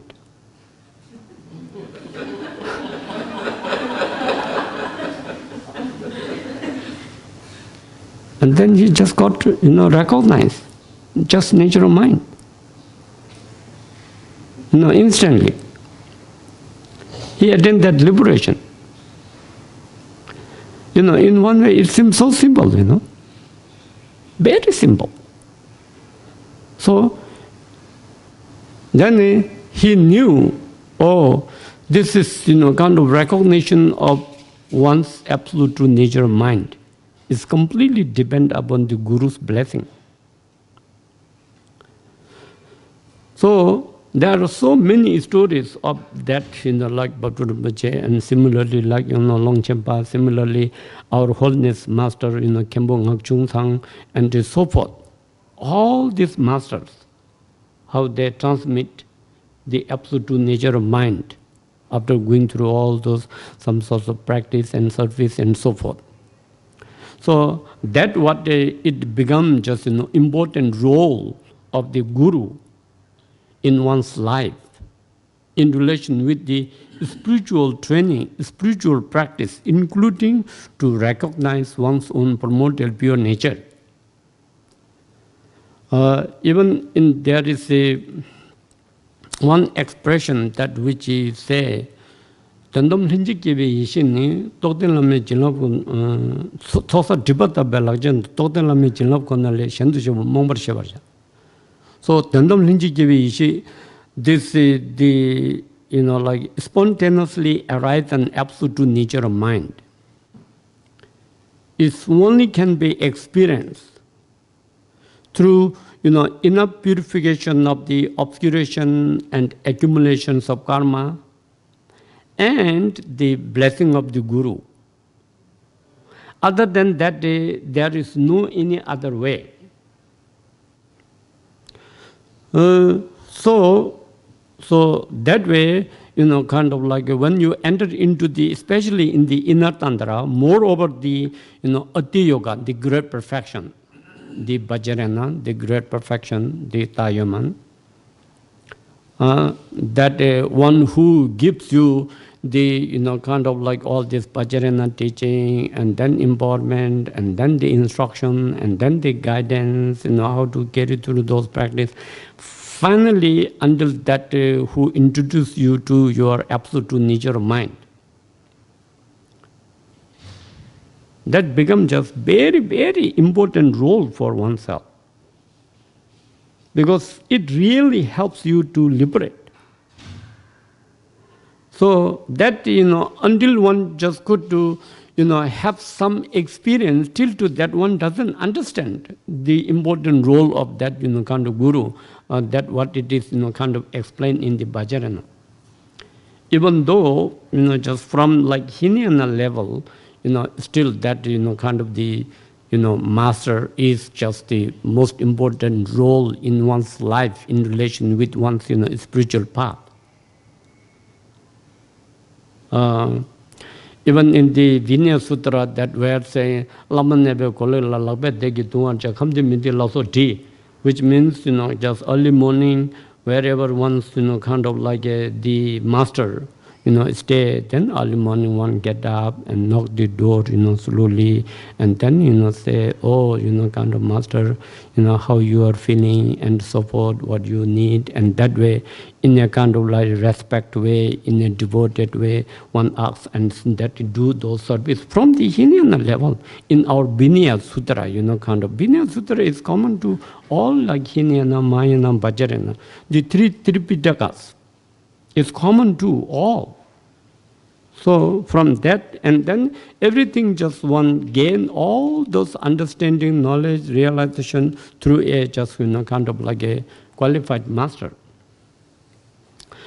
So that what it is, kind of like a in the especially in the Ati Yoga, that is the Guru Yoga practice in the Dzogchen, where you hear Guru Yoga. Why it is kind of important?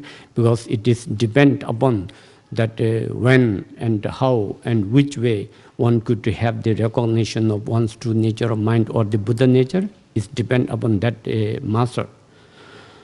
And so forth, that the Vajrayana is in a way known as the kind of like a very swift path, because in there we're saying Ringlam, Nyelam, Nyulam. Ringlam, a long way to go to enlightenment. Like for example, I don't know, from here, just Malaysia, if you, maybe like travel to where? Singapore. Not too far. Singapore, you can go by bicycle. How long it might take. Or you can just go by car, much faster, And then you can also fly, very fast. So similar, like Hinayana is almost like you are riding a bicycle to liberation or enlightenment. And Mahayana is like you are just driving your car, faster, much faster than riding a bicycle, but still it takes more time. Then Vajrayana is like you fly, 45 minutes. Just get there. So that what kind of like that what it depends upon, the path, the bicycle or car or fly. And for that also we have to risk many things. All those conditions we need, So just flying is also not that kind of like simple. Once you are in the air, never know this, it is a machine. And this machine is impermanent, created of all those causes and conditions. There is no any guarantee. So once in the air, anything is possible. So it is kind of like a just risky danger, Then you feel like, I want to ride a bicycle. Even that it may take like, one day, I don't mind, So, like that, kind of similar like that is the Vajrayana view. The Vajrayana view, meditation, discipline. In relation with the discipline, that even there are some confusion that in Vajrayana there is, kind of like where you hear, within the Gana Chakra Puja, there is, wine and there is meat. And then also that, kind of the, in relation with the Vajrayana Inner Tantra deity, that which you kind of like, you might have just, seen some deities, kind of like appeared in kind of like with consort union. And what is this? Not just kind of like understand what is all about it. Until one study and kind of receive all those teaching and, just have some idea till do that, not. So for example, like, this wine is equally prohibited from Hinayana all the way to Ati Yoga, great perfection. It doesn't mean that you enter into Vajrayana, you are practicing Dzogchen, then you can drink bottles of water or wine. It doesn't mean. So that has to understand. In the Thok Gana Chakra Puja, that it has been Om Ahung, Ramyam Kam Om Ahung. Om Ahung Shri, like this mantra, bless. And with all the visualization, everything is visualized in form of its pure substances. And also bless. And that also, only have, kind of like tiny spoon, a few drops. You are having that, kind of wine. In Vajrayana, never say you enter into Vajrayana, you can drink bottles of, wine. Never say that. So, have to just kind of like understand. And also Vajrayana say, if you drink like, hundreds of bottles, and you never get intoxicated, you can drink it. Like Guru Bama Sambhava, like The Tuptop, one Indian Tuptop, Chingo Changtung Hiti. That I know his name, but not remembering now, because I'm getting old. Tuptop Biroba. So his Tuptop, means Masida. So he went in a wine shop, looks like a beggar, and he asked for, one bottle of wine. So they say, oh, okay, I don't know if this person have money to pay or not. Anyway, just give one bottle. And then he finished it. And then asked for second bottle. Then the owner is just kind of a little bit confused. I don't think he have money. It doesn't look like he have money, Then he said, first you pay them in the money. Oh, don't worry, I'll pay you, don't worry, just give me the bottle. And give, second bottle. And then again ask for third bottle. And it's still saying, no. That then the owner said, no, first you pay first two bottles money, otherwise not going to. Don't worry, I'll give you. And so then, the owner is not going to ready. And then they just look at these, those who are in the wine shop. This all would be, witness. Before sunset, I'll give you all the money. Don't worry. And then they all said, yes, we'll be witness, if you don't give, then we'll just, do anything, whatever. Yeah, you can do anything, whatever you want to do. I'll pay, don't worry. So then they, they gave 1 bottle, 3 bottles, 4 bottles. He keep drinking. Because he have to give money only when sun sets,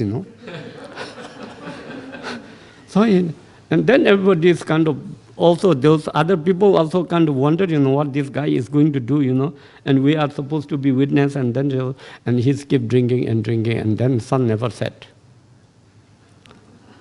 Sun never set. If sun never set, then he don't have to give money, because he said, when sun set, I'll give you money. So then they were surprised, what is going on? And then some said, maybe he did something, and then everybody got so curious, and it is getting, like 8 p.m., 9 p.m., sun never set, what is happening? And then they said, this must have done something. And then, kind of ask, just give me the money. Oh, just sun never set. Let the sun set, I'll give you money. And sun never said. Then finally just they got so bored and they don't know what to do, and just say, okay, you no need to pay, please let the sun go. And then he said, are you sure?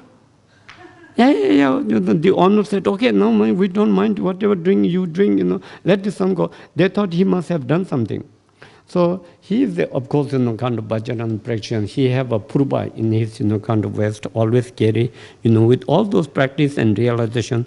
So on the, kind of like a sun and the shadow, where you have water, there he put his purba.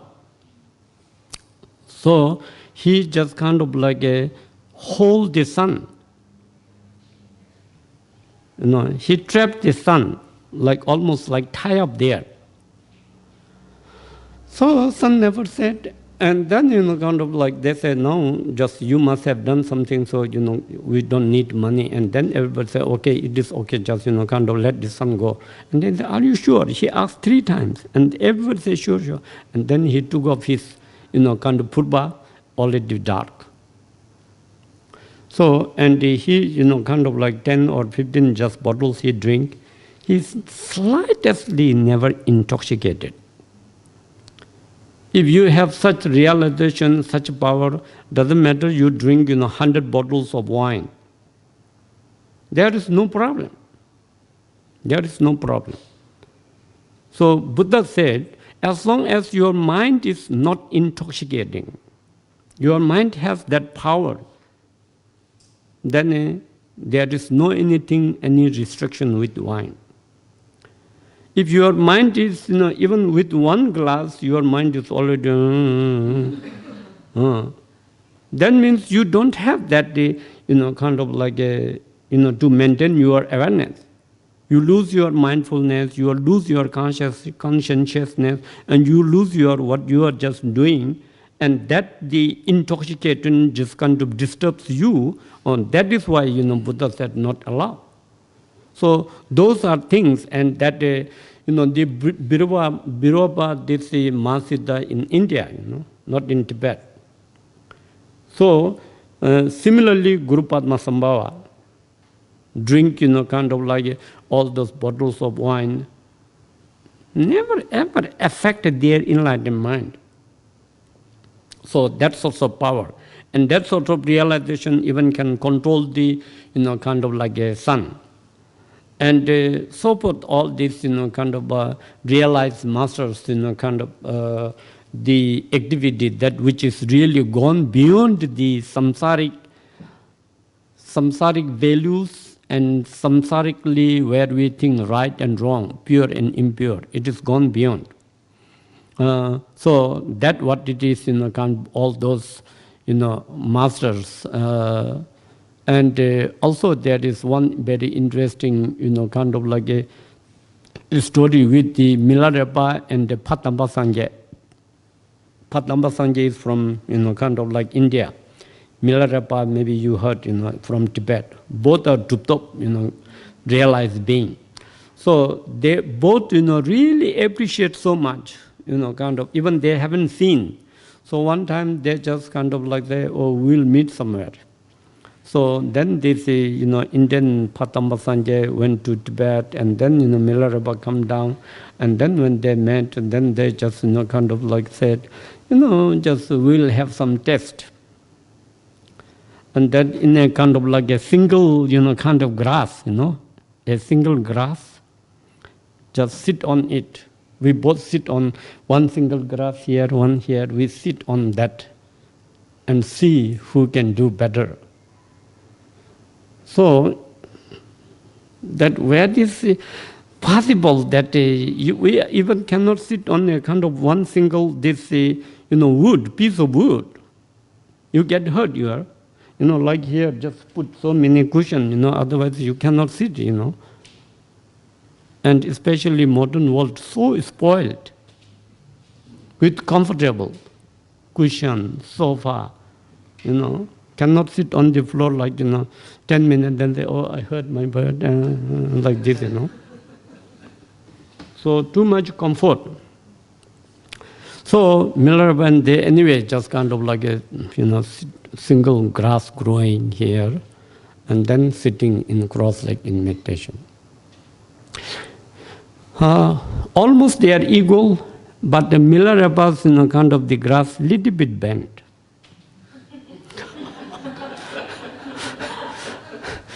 So that, kind of Milarepa said, you think you have better just kind of realization? It's not. Because India, the Arya land, is the very, kind of holy place. Because Buddha, Shakyamuni Buddha, all those great beings blessed. So that is the only difference. Yours is straight and mine is kind of a little bit bent. So, and that practice, what is called all these channels and vital energy, so for those practice in Vajrayana. And with that practice, one can just sit on that, kind of grass. So like that, kind of this, how in Vajrayana, so many practices that which are, kind of, most of the time it is called, kind of secret mantrayana. Until oneself is become more qualified and more trained with all other, kind of teachings of Sutrayana, until one been introduced properly into the Vajrayana, starting with the outer tantras. For example, like outer tantra, there is no meat. In outer tantra practice, no meat, no wine, and no concerts, and kind of very similar to like, kind of the Sutrayana kind of like practice, and everything has to be clean and nice. Like, deities appear like, Avalokiteshvara single, or Manjushri single, or Vajrapani single, or like, Amitabha Buddha, and so forth. So that, all those training, and then, go to, like the little bit higher level, Ubaya Tantra, and then, kind of Yoga Tantra, and then finally you enter into the, kind of like inner Tantra, that which there are substances and the appearance of deities and practices are, kind of like a, just some different from the outer Tantra. So, so, however, in a way, there are lots of information that need to, kind of go through and to understand, rather than just being, kind of seeing a little bit and get so confused. That, for example, whichever even it is called as Tibetan Buddhism, like, in our monastery, that, like Namdroling, the Ngagyur Nyingma institution, that which is started by our late Holiness Penor Rinpoche in 1978. So in that day, we have this, all the Hinayana, like, Vinaya Sutra practices there, and then the Sutra itself, kind of like meditation, and then the Abhidhamma, kind of those three Pitakas, whether it is Hinayana or Mahayana or Vajrayana, three Pitakas, that we have all those. And also study the, kind of very basic, Abhidhamma Kosh, Abhidhamma studies, and the Vinaya and so forth. And then at the same time, Mahayana kind of teachings, and then the, Vajrayana. So Vajrayana start on the, that first year, second year, third year, more like, kind of like even mostly Hinayana level part of. Also there are some, kind of Mahayanas, like this bodhicharya avatara, the bodhisattva way of life, to train one's mind to give rise to bodhicitta. And also the three vows, the pratyamoksha vow and bodhisattva vow and vajrayana vows, those kind of texts we start from the very beginning. Other than that, many of the Hinayana, and then after that the Mahayana Sutra, all those Parjana, Parmita, the Upadesha, Shastra, Alankara, Nama, that one, and then the middle part of Chandakirti, and then the Nagarjuna's kind of text, and so forth, and then that until to the 6th level, then 7th, 8th, and 9th, last 3 years, then there is so much of the Vajrayana, kind of like a text, and Vajrayana teachings, including just starting receiving all those kind of empowerment. So Tibetan Buddhism is not just only Vajrayana. All the kind of sutra and kind of tantra, and then the whole complete Buddhist philosophy is just kind of like a completely there, that we study all everything. Besides that, in Tantra, then there are so many that great treasurer rebuilders, which are prophesied by Guru Padmasambhava. They rebuilt out so many texts. Those are mostly very famous, well known in the Nyingma school. And then the Ngagyur also almost kind of like a follow. Then Sakyas, some part of those they follow. And then Kiluba, not much, kind of follow any of those, treasurer revelation.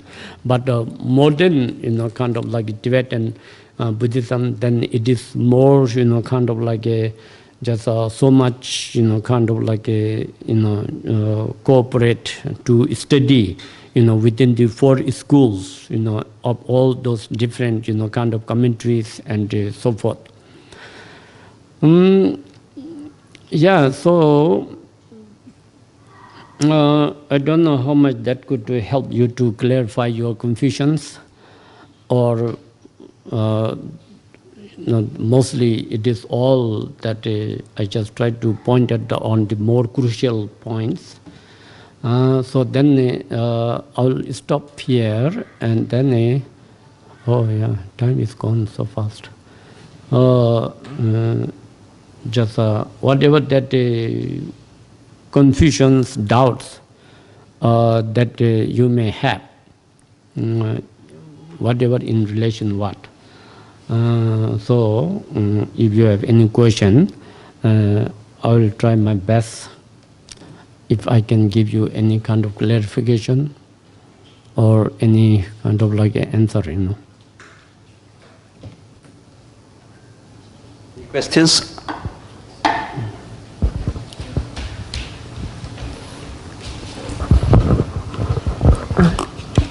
Thank you, Khenpo, for your explanation. I think I get a better understanding of Tibetan Buddhism now. But what I don't understand is when you go to a temple, Tibetan temple, there's so many, all these statues and all that. I don't know, I find it's sometimes very scary, and I don't understand why you have that, and you have so many of these rituals that goes around with it. Is it really something part of Buddhism, or is it a mixture of something else? Of course,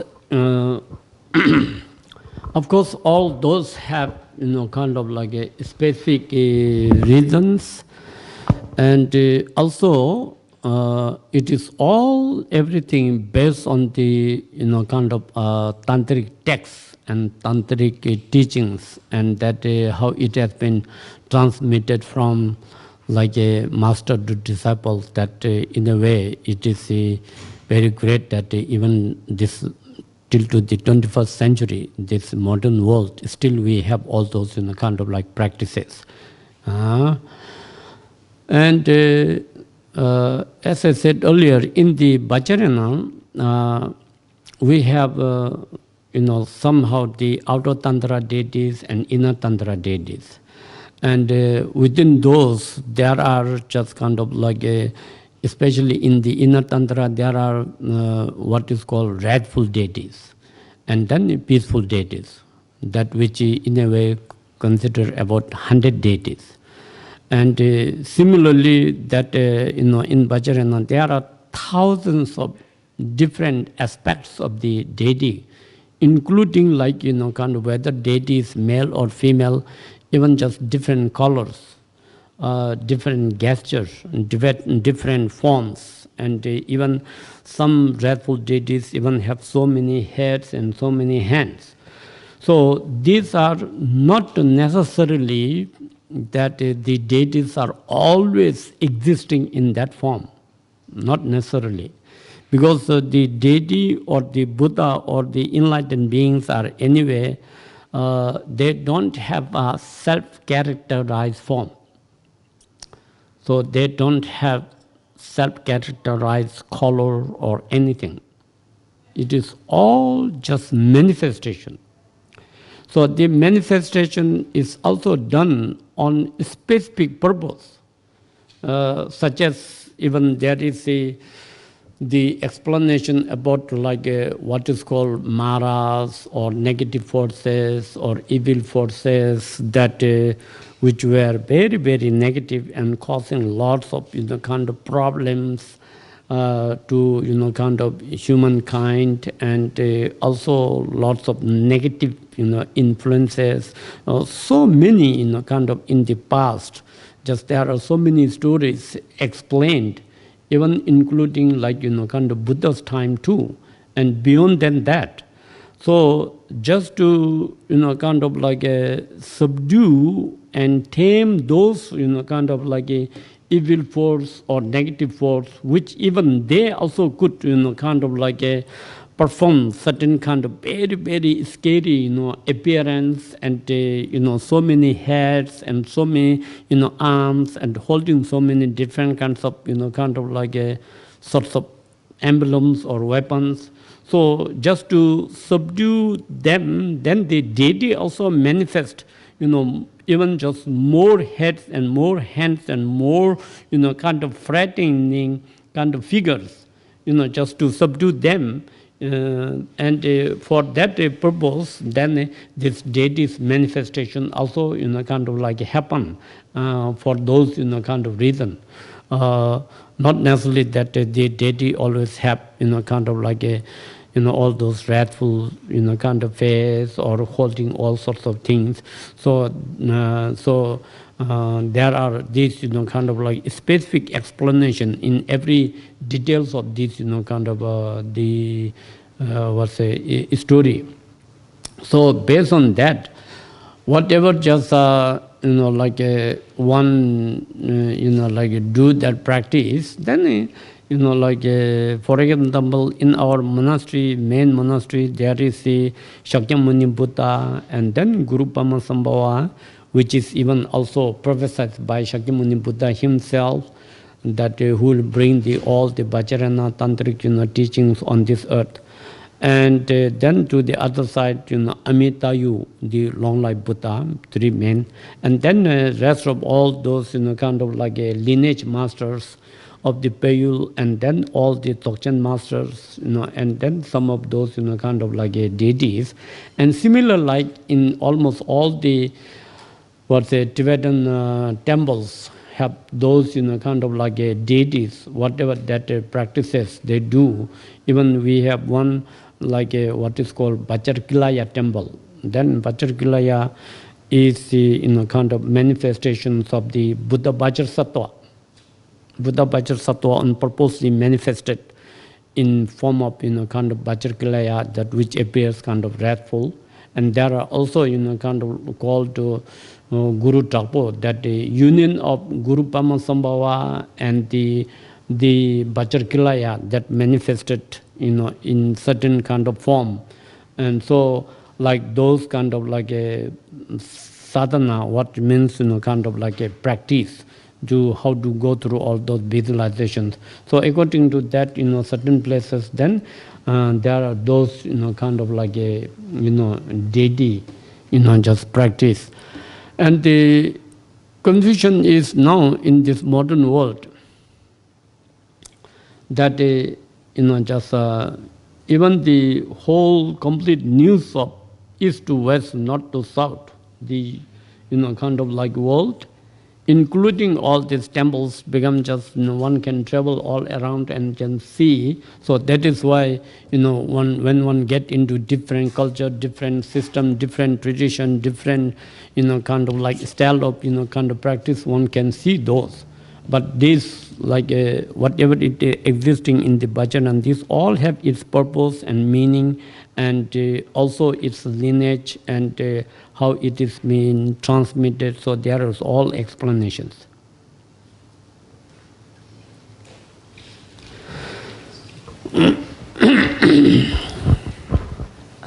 Khenpo, it seems like from this morning's talk, there is so much complication and confusion in all these different texts of all the different branches of the Buddhism.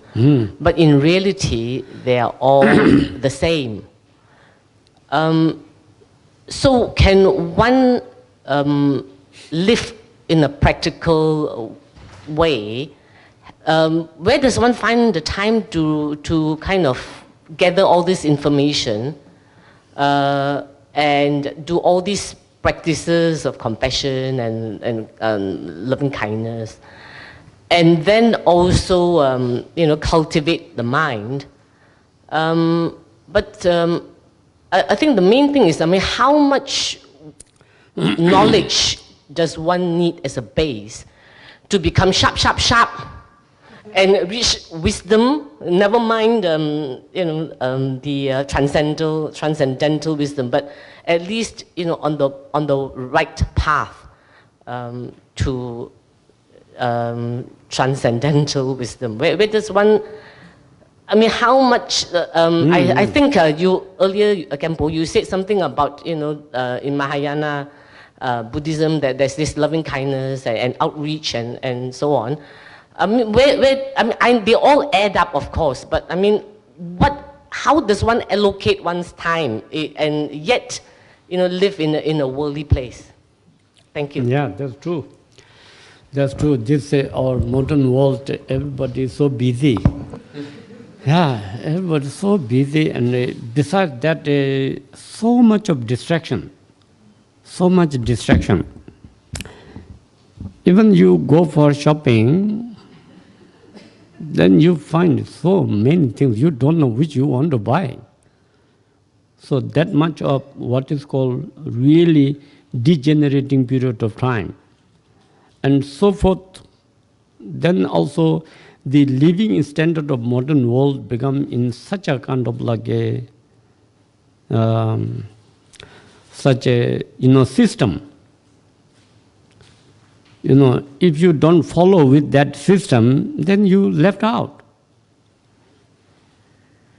All this developed country have that problem now. If you don't have a job, then you don't have income, then you cannot pay the house rent and food and car and so forth, so many bills. Not just only in Malaysia, all over the world, America, Canada, in Europe, everywhere, this modern system of living standard, that which we consider as something developed, itself is causing so much consumption of time. So especially, of course, all the lay, followers or practitioners, just almost like Monday to Friday one have to work. And morning, I don't know how early one get up, evening, and then already one day got exhausted, kind of like even like all our, students in the West, Europe, they say, oh, no, it's just and we do this, 5 days a week, kind of practice. When come home, try to do this, feel sleepy, got tired, So it's difficult. So based on that even this, the Atisha from the 12th century, from the Nalanda University, he later came to Tibet, invited by Tibetan, kind of like this king. So that his disciple, kind of like asked, what is the, kind of like essential point, similar to your question, what is the essential point of, engaging into Dharma? So, kind of, and also in one way, asked that. And then, he said, oh, that you have to follow in accordance with the, kind of like, he asked that to study all the sutras and then following a master's, kind of instruction. So then Atisha said, yeah, all the informations are there in the sutra, but it is to study, it is so vast and so profound, and this, kind of like a modern world, within a short period of life, that is not possible that one can go through it. So that is why one have to just kind of like follow the master's instruction. So masters, what they do is just the sutra, Vajrayana, and everything, whatever it is needed for a practitioner, that which is good enough and that which is complete enough, and that is given in form of a instruction. And with instruction, then just kind of like one kind of follow. So that is why now it began just to find a qualified master, who can be really capable to give you the right instruction, enough instruction and complete instruction, that which is, complete in the sense of the, whatever it is needed for oneself to purify these obscurations, and have that, enough method that can accumulate enough, merit and wisdom. And at the same time, one can just kind of like, possibly even, have at least, kind of some realization, some experience of one's true nature of mind. So that way, kind of to follow the path, then it is just to condense or the essence of the teaching compiled in form of instruction, and then one follow that kind of like a practice. And like in Vajrayana, especially in this kind of great perfection, where the speciality is that it says there is no difference of in a way, there is no difference of whether you are, kind of male or female, whether you are old or young, whether you are rich or poor, whether you are, smart or not. Just doesn't matter.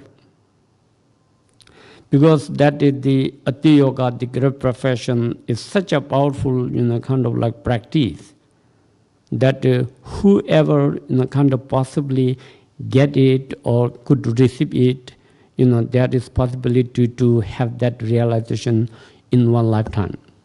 So in Tibet, this Pang Mifum Gombo, who was like 80 years old. And then when this Bimala Mitra, Lojim Berotana, so that came to Tibet, this Lojim Berotana, a great translator and Dzogchen master, so came to Tibet, and then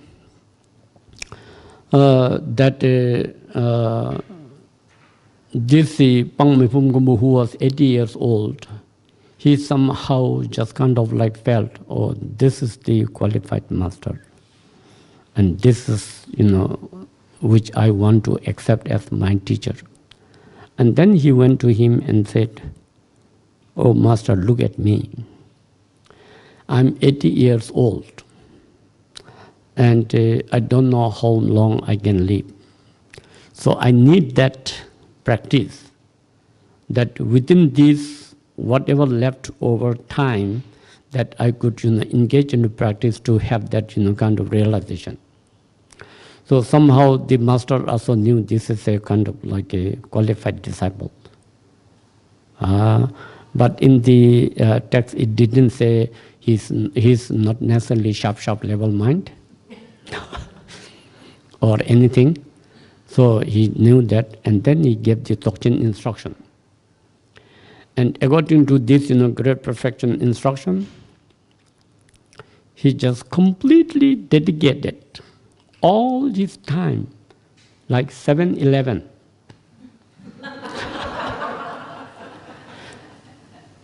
He abandoned all the worldly concerns, everything. Almost just a little bit of time to, eat some food and drink just to survive. So look at his mind, he just become like single-pointed mind to dedicate himself into the practice. There is no any other option, there is no any other thought at all. That much becomes have to, kind of like sincere. And that way he just, kind of went into this, cave and just carried through that practice. And then 3 years, he realized his, Buddha nature. He experienced. He was so happy,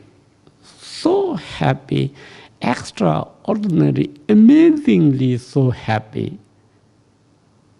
Just how much kind of like, the devotion and faith he had to his master, and how much grateful he feel to his, kind of master. So then as he heard that master is coming back, then he went to see him and he hugged, like in sometimes says that he hugged the master for 24 hours.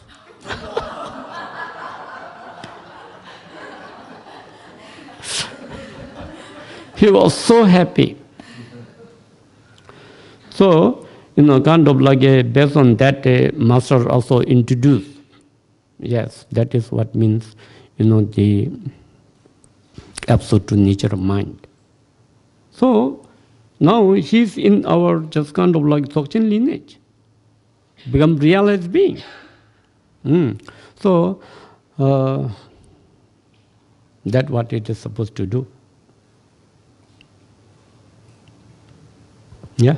Khenpo, just now you say about the dissolve of the subject and object and then become unconscious. Does it happen in the jhana, the meditation, the Nirodhi Samapatti? And how, if you say if in the jhana, then you say we got to recognize and maintain it. That means we maintain sitting for longer or maintain in our daily life.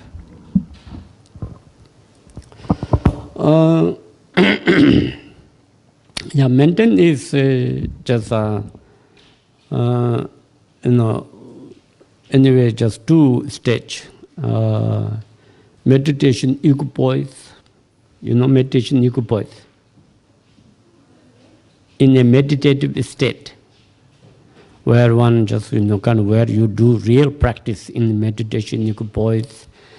And for example, when you realize the, emptiness nature of one's mind or phenomena, at that point, the emptiness as object and then the realizing mind, that transcendental wisdom as subject, there is no object and subject. So that the transcendental wisdom itself is the emptiness nature, and emptiness is the transcendental wisdom where you cannot find subject and object. So, it dissolves all the dualistic phenomena. So then in that meditative state of meditation equipoise, once one experiences that, or which is called direct experience or direct perception of the absolute nature. So that is actually exactly equal to the enlightened mind of Buddha in that meditation equipoise state. So then the second is what is called post-meditation stage.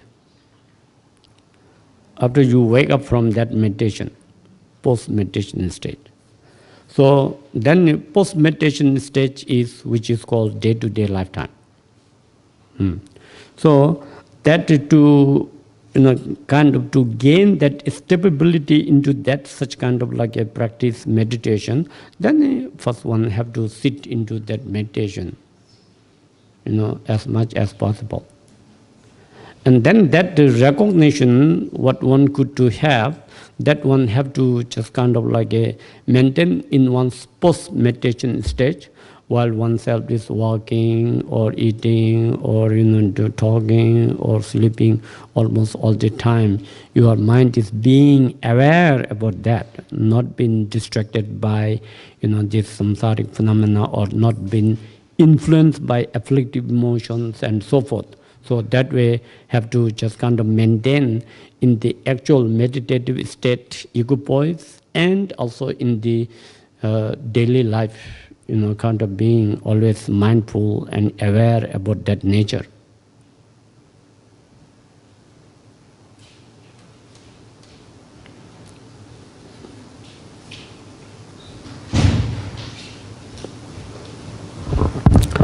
Thank you, Khenpo, for coming here and giving us such a comprehensive picture of all the three turnings of the wheel, which we seldom hear about. We get, we usually are familiar with one, and then we think this is it. So maybe a question on, I'm fascinated by the emptiness part of it all and the third turning of the wheel. Mm-hmm. And maybe this is a bit academic, but I'm very curious about the Buddha actually was thought to have given a sermon on emptiness at the Vulture's Peak. But this is not captured anywhere in the Tripitaka. Is there a text that we can refer to that is more or less the Buddha's word on emptiness and the nature of mind? So that's the first question I have. The second one is very much related to what our sister asked about, something practical that we could do to realize, to move forward into something like nature of mind. I guess we could ask you to slap us with your sandal and maybe this might work. But because we so seldom get, people of your standing coming to visit us, so we need a very good teacher. We also need, we also have to give up a lot, yeah? And I don't know that many of us can give up everything that we have, spend 3 years just focusing on one thing, and 24/7 probably, yeah. So this is asking a lot. So I'm wondering, from your tradition, do you have something like pith instruction?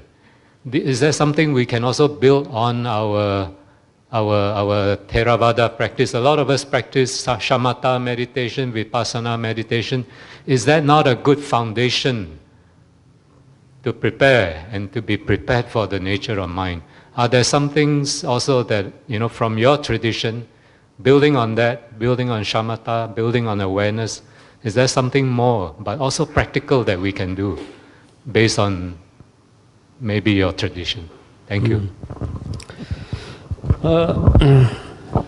Emptiness, of course, that in the whole this Prajnaparamita Sutra, the Prajnaparamita Sutra itself, that if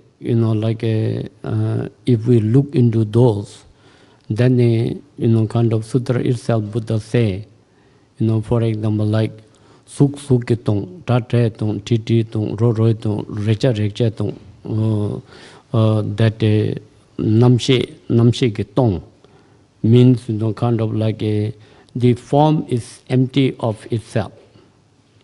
So in a way, form is empty, and the sound is empty, smell is empty, and then the taste is empty, and then the texture is empty, and then the kind of imagination is empty. So when the form and so forth, the objects are empty, then the organ, then the eye itself emptiness, and kind of so forth, ear is air, emptiness, so forth. And then the five aggregates are kind of like emptiness, and that way very extensively explained in the Prajnaparamita Sutra itself. So that is the Buddha taught in that emptiness just very detailed. Even there is 16 kinds of emptiness, and 18 kinds of emptiness, and 20 kinds of emptiness just taught in the sutra itself. So saying, kind of like outer phenomena emptiness, inner phenomena emptiness. Even in between there is something like kind of that between also emptiness. So chitongbanyi, nangtongbanyi, tongbanyi, and even the emptiness also say emptiness. Emptiness also emptiness, because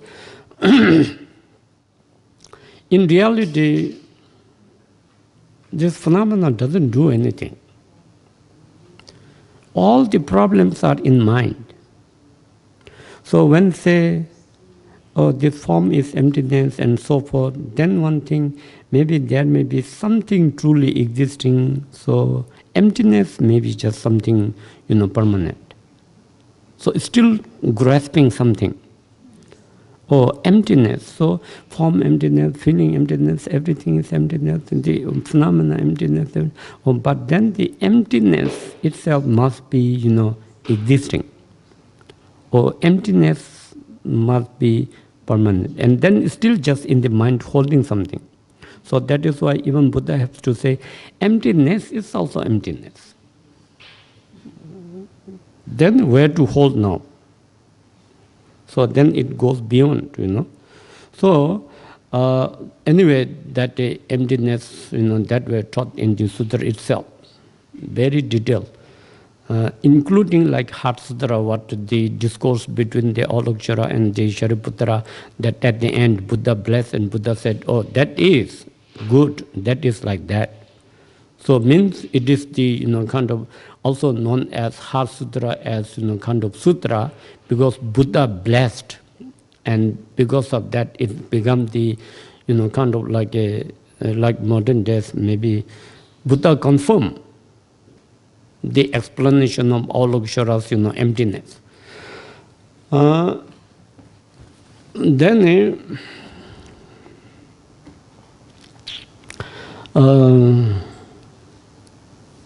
your second question. Shamatha about those. So, shamatha is also necessary. That shamatha meditation practice is the foundation of vipassana meditation. But just by shamatha itself will not get anywhere. Even though many great Hindu sadhus and the Hindu sages, they have this samadhi, or even like that could possibly born in formless God realm. Such shamatha meditation, formed in shamatha meditation, all those just are Even they could feel that in that shamatha meditation, feel like that there is almost no afflictive emotion. So then they think, oh, this must be the nirvana. But they don't have that vipassana, which is that experiencing something beyond that state of mind, that to transcend vipassana as to know the absolute nature of phenomena as emptiness aspect. So that is not there, so that is why they again just wander in samsara. So anyway, that shamatha meditation is the foundation of vipassana meditation, so it is important, it is necessary, it is to need that to kind of like to tame one's mind, to control one's mind, that where one may be not distracted with all sorts of emotions and conceptual thoughts and discursive thoughts, how it carries away.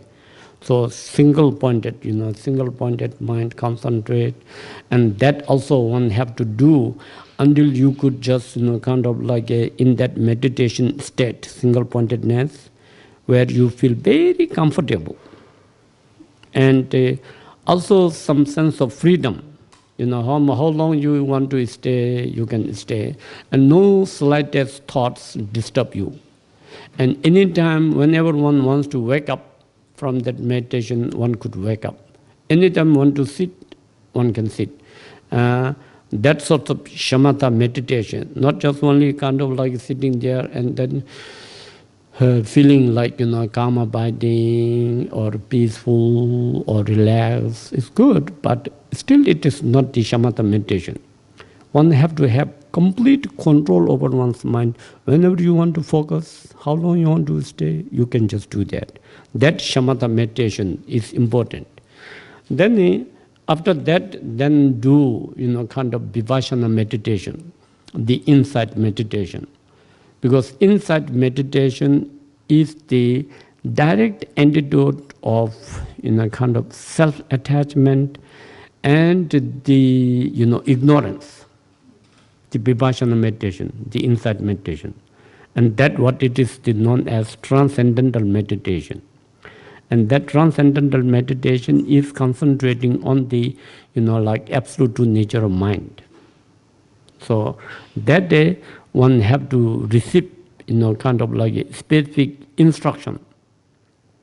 That instruction have to also get into step by step. There are a few steps that which one receive, and then concentrate into that meditation as much as possible based on the one's relative life. That however it is busy in a way where say, oh, we don't have time.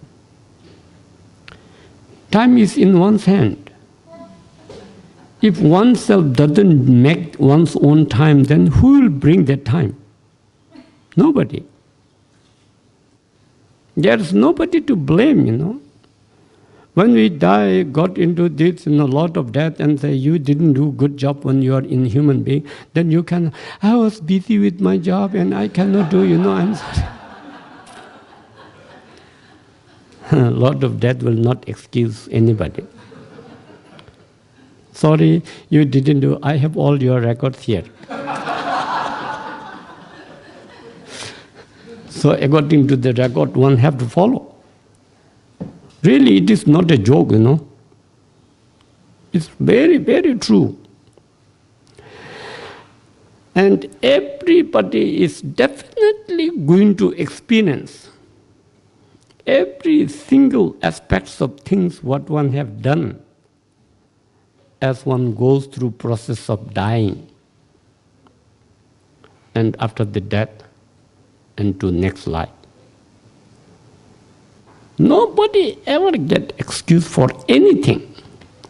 Whether one believe in Buddhism or not, whether one have one's own religion or not, whether one have one's tradition, culture, and kind of so forth, no matter whether one is just the controller of the world, based on that kind of nature, everybody is just equal.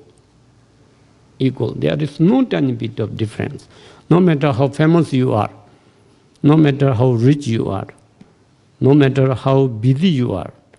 There is no any way to make any kind of excuse in front of the mirror of the law of karma. It's very short. So that is why if one feels, oh, Dharma is important, then one must have to schedule one's own practice time. And try to reduce this samsaric activity, like how much time you spend for, kind of like a gossip. Talking, oh, this friend, that company, these people, that world, that, and so forth, how much is just talking, how much time you spend? And how much time you spend for eating? How much time you spend for shopping? How much time you just spend for so many of unnecessary things? Which means, relatively it seems very, oh, this is important. But in reality, there is no any real essence that you can just carry with you when death happens to oneself, So these have to contemplate and one have to understand and then, kind of realize, then reduce those kind of time, slowly cut, and have more time, and then, to do those kind of more practice. That is the only possible. Otherwise, nobody will come and say, no, this is your today, your practice time. No, you can have your time for practice. Nobody. One have to do, one have to be responsible for one's future and one's liberation to attain enlightenment, because one wants to benefit all these perilly sentient beings. Because we see, our family, relatives, a friend, somebody gets sick, somebody get, problems, somebody have accident, somebody died, then we get frustrated. We want to help. We want to do anything for that. But one gets so frustrated, don't know, unless you just take to doctor and then kind of give that medication and try to serve, other than that one can't do anything. When that situation, that only that practice will just kind of like help how to just kind of like maintain the situation without feeling, emotion. At the same time, one could have some sense of confidence into one's practice that from this life to next life one can get better, and then one day one can be enlightened to help, rest of all these things like, Shakyamuni Buddha and so forth. Billions and billions of beings were got liberated just by Shakyamuni Buddha's teaching. Even today, 21st century, there are still beings are attaining enlightenment, very few, but having realization, many, and engaging into practice to cultivate for better seat and habitual tendency for next life. There are many,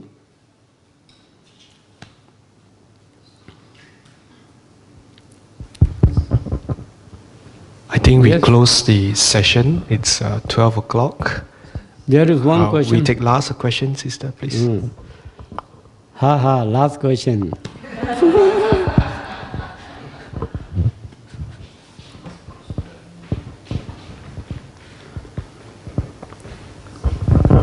Thank you. Good afternoon, Khenpo.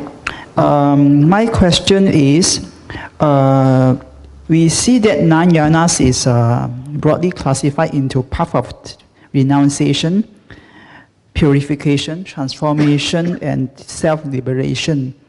Must all the methods be eventually practiced all, or is there any exception? Can certain paths be skipped or bypassed in order to have the same realization?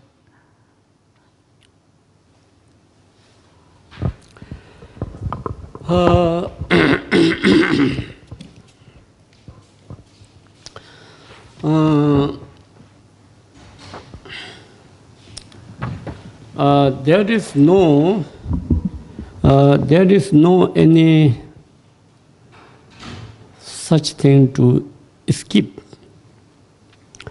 as part of the path itself. But there are ways how one can, kind of like get into the essence of the path itself, almost like you're concentrating on one thing that which includes all the aspects of the path. So that, just one thing in a way, or in one way, like this, as Atisha also said, what is the essence of the whole Sutra Tantra teaching? So that it is a bodhicitta. So then one have to get exact meaning of the bodhicitta. So bodhicitta is in one way just combination of non-conceptual compassion. That one have to develop that compassion, that non-conceptual compassion without falling into any sorts of tiniest partiality. That compassion generates to all sentient beings equally. And the second is the kind of wisdom aspect. So wisdom aspect is that again, to carry through this meditation practice, one need to get the essence of the kind of teachings, instruction. How to kind of like a concentrate into the absolute nature of mind, which is kind of combination of the six perfection. So if one could somehow like concentrate into this kind of bodhicitta as motivation, bodhicitta as path, and bodhicitta as fruition, everything contains within that nature, then that rest of all the practice, everything on the path is included there.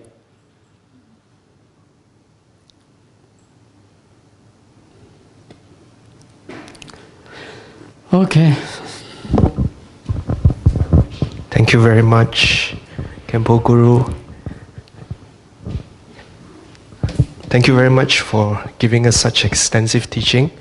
BGF is most fortunate to have you and our friends from Yasan Pema Nobu Vihara to grace this Sunday with clarity, dispelling of confusion, and also to explain the essence of Tibetan Buddhism. Education in itself, it's one of the most important things that the Buddha stressed, regardless of all schools. And today, thank you, Khenpo, for giving us very clear teaching. With that, we would like to invite our Brother Bobby Ng, Deputy President of BGF, to present a small token of appreciation to Khenpo for coming all the way.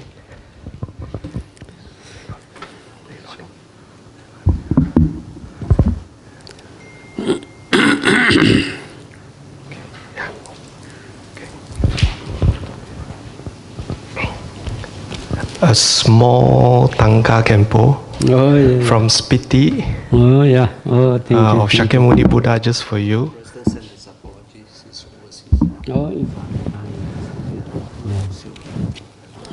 We would also like to ask Brother Bobby to please stay to present a small token of appreciation to Sister, before that, to Venerable Lama Tashi. Lama Tashi, you have something too?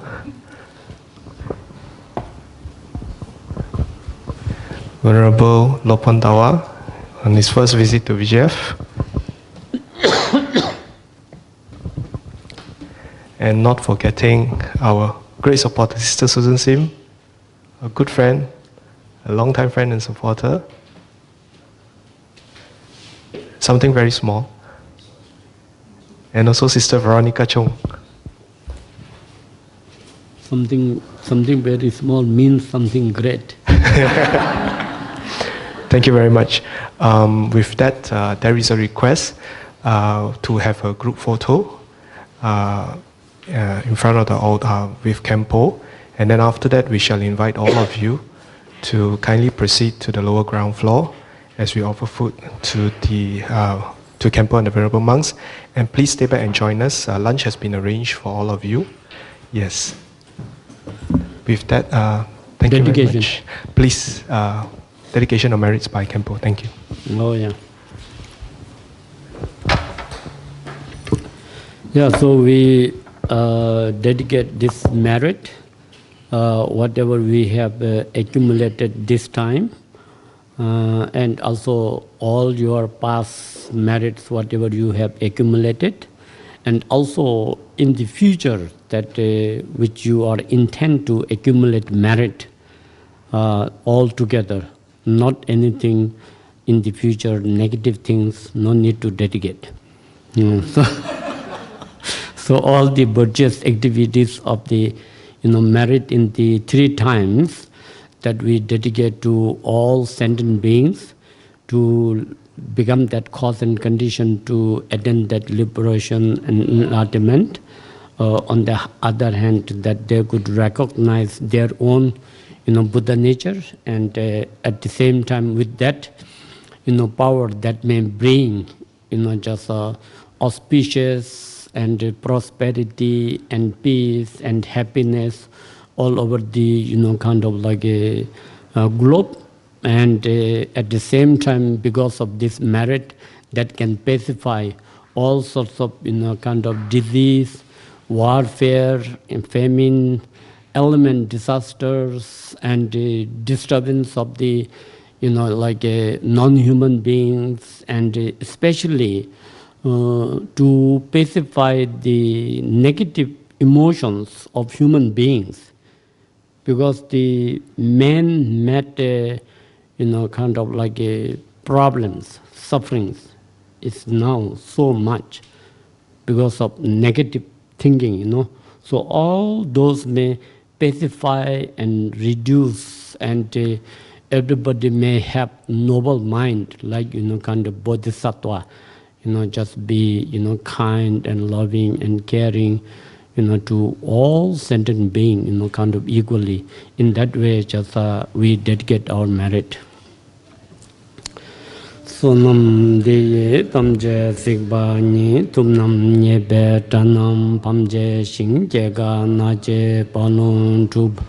Sibe tole dogun jawara sho jambe pavi chitara kemba tang kundo sangbo teyan teshi deda kunji jezo talo jinge wan dida tamje rabdu ngo dusum chebe gewa tamje ngowa gangla chokdo ngabandi taje jewe zawan digun sangbo jeje rabdo ngowara ki tembe pajuru lame shabe ten tin tin jibi sating yonglai tembe chinda ngatang jorba temba yurin ebe tashi sho kewa kundu yangda lama tang jeme choje pala lon Sadan lamje yende rabdo ne bande lame goba nyodo sho. Oh yeah, thank you. Thank you very much. Can we pay our respects to Khenpo?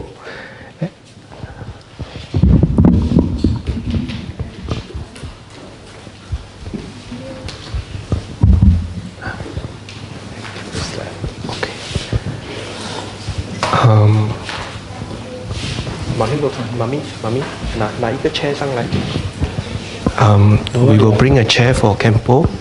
Maybe Khenpo sit here and then we can take a group photo. Can we trouble you all to just help put the cushions back here? Thank you.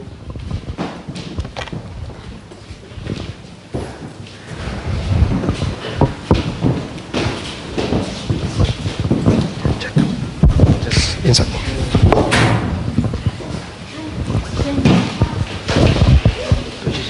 Thank you.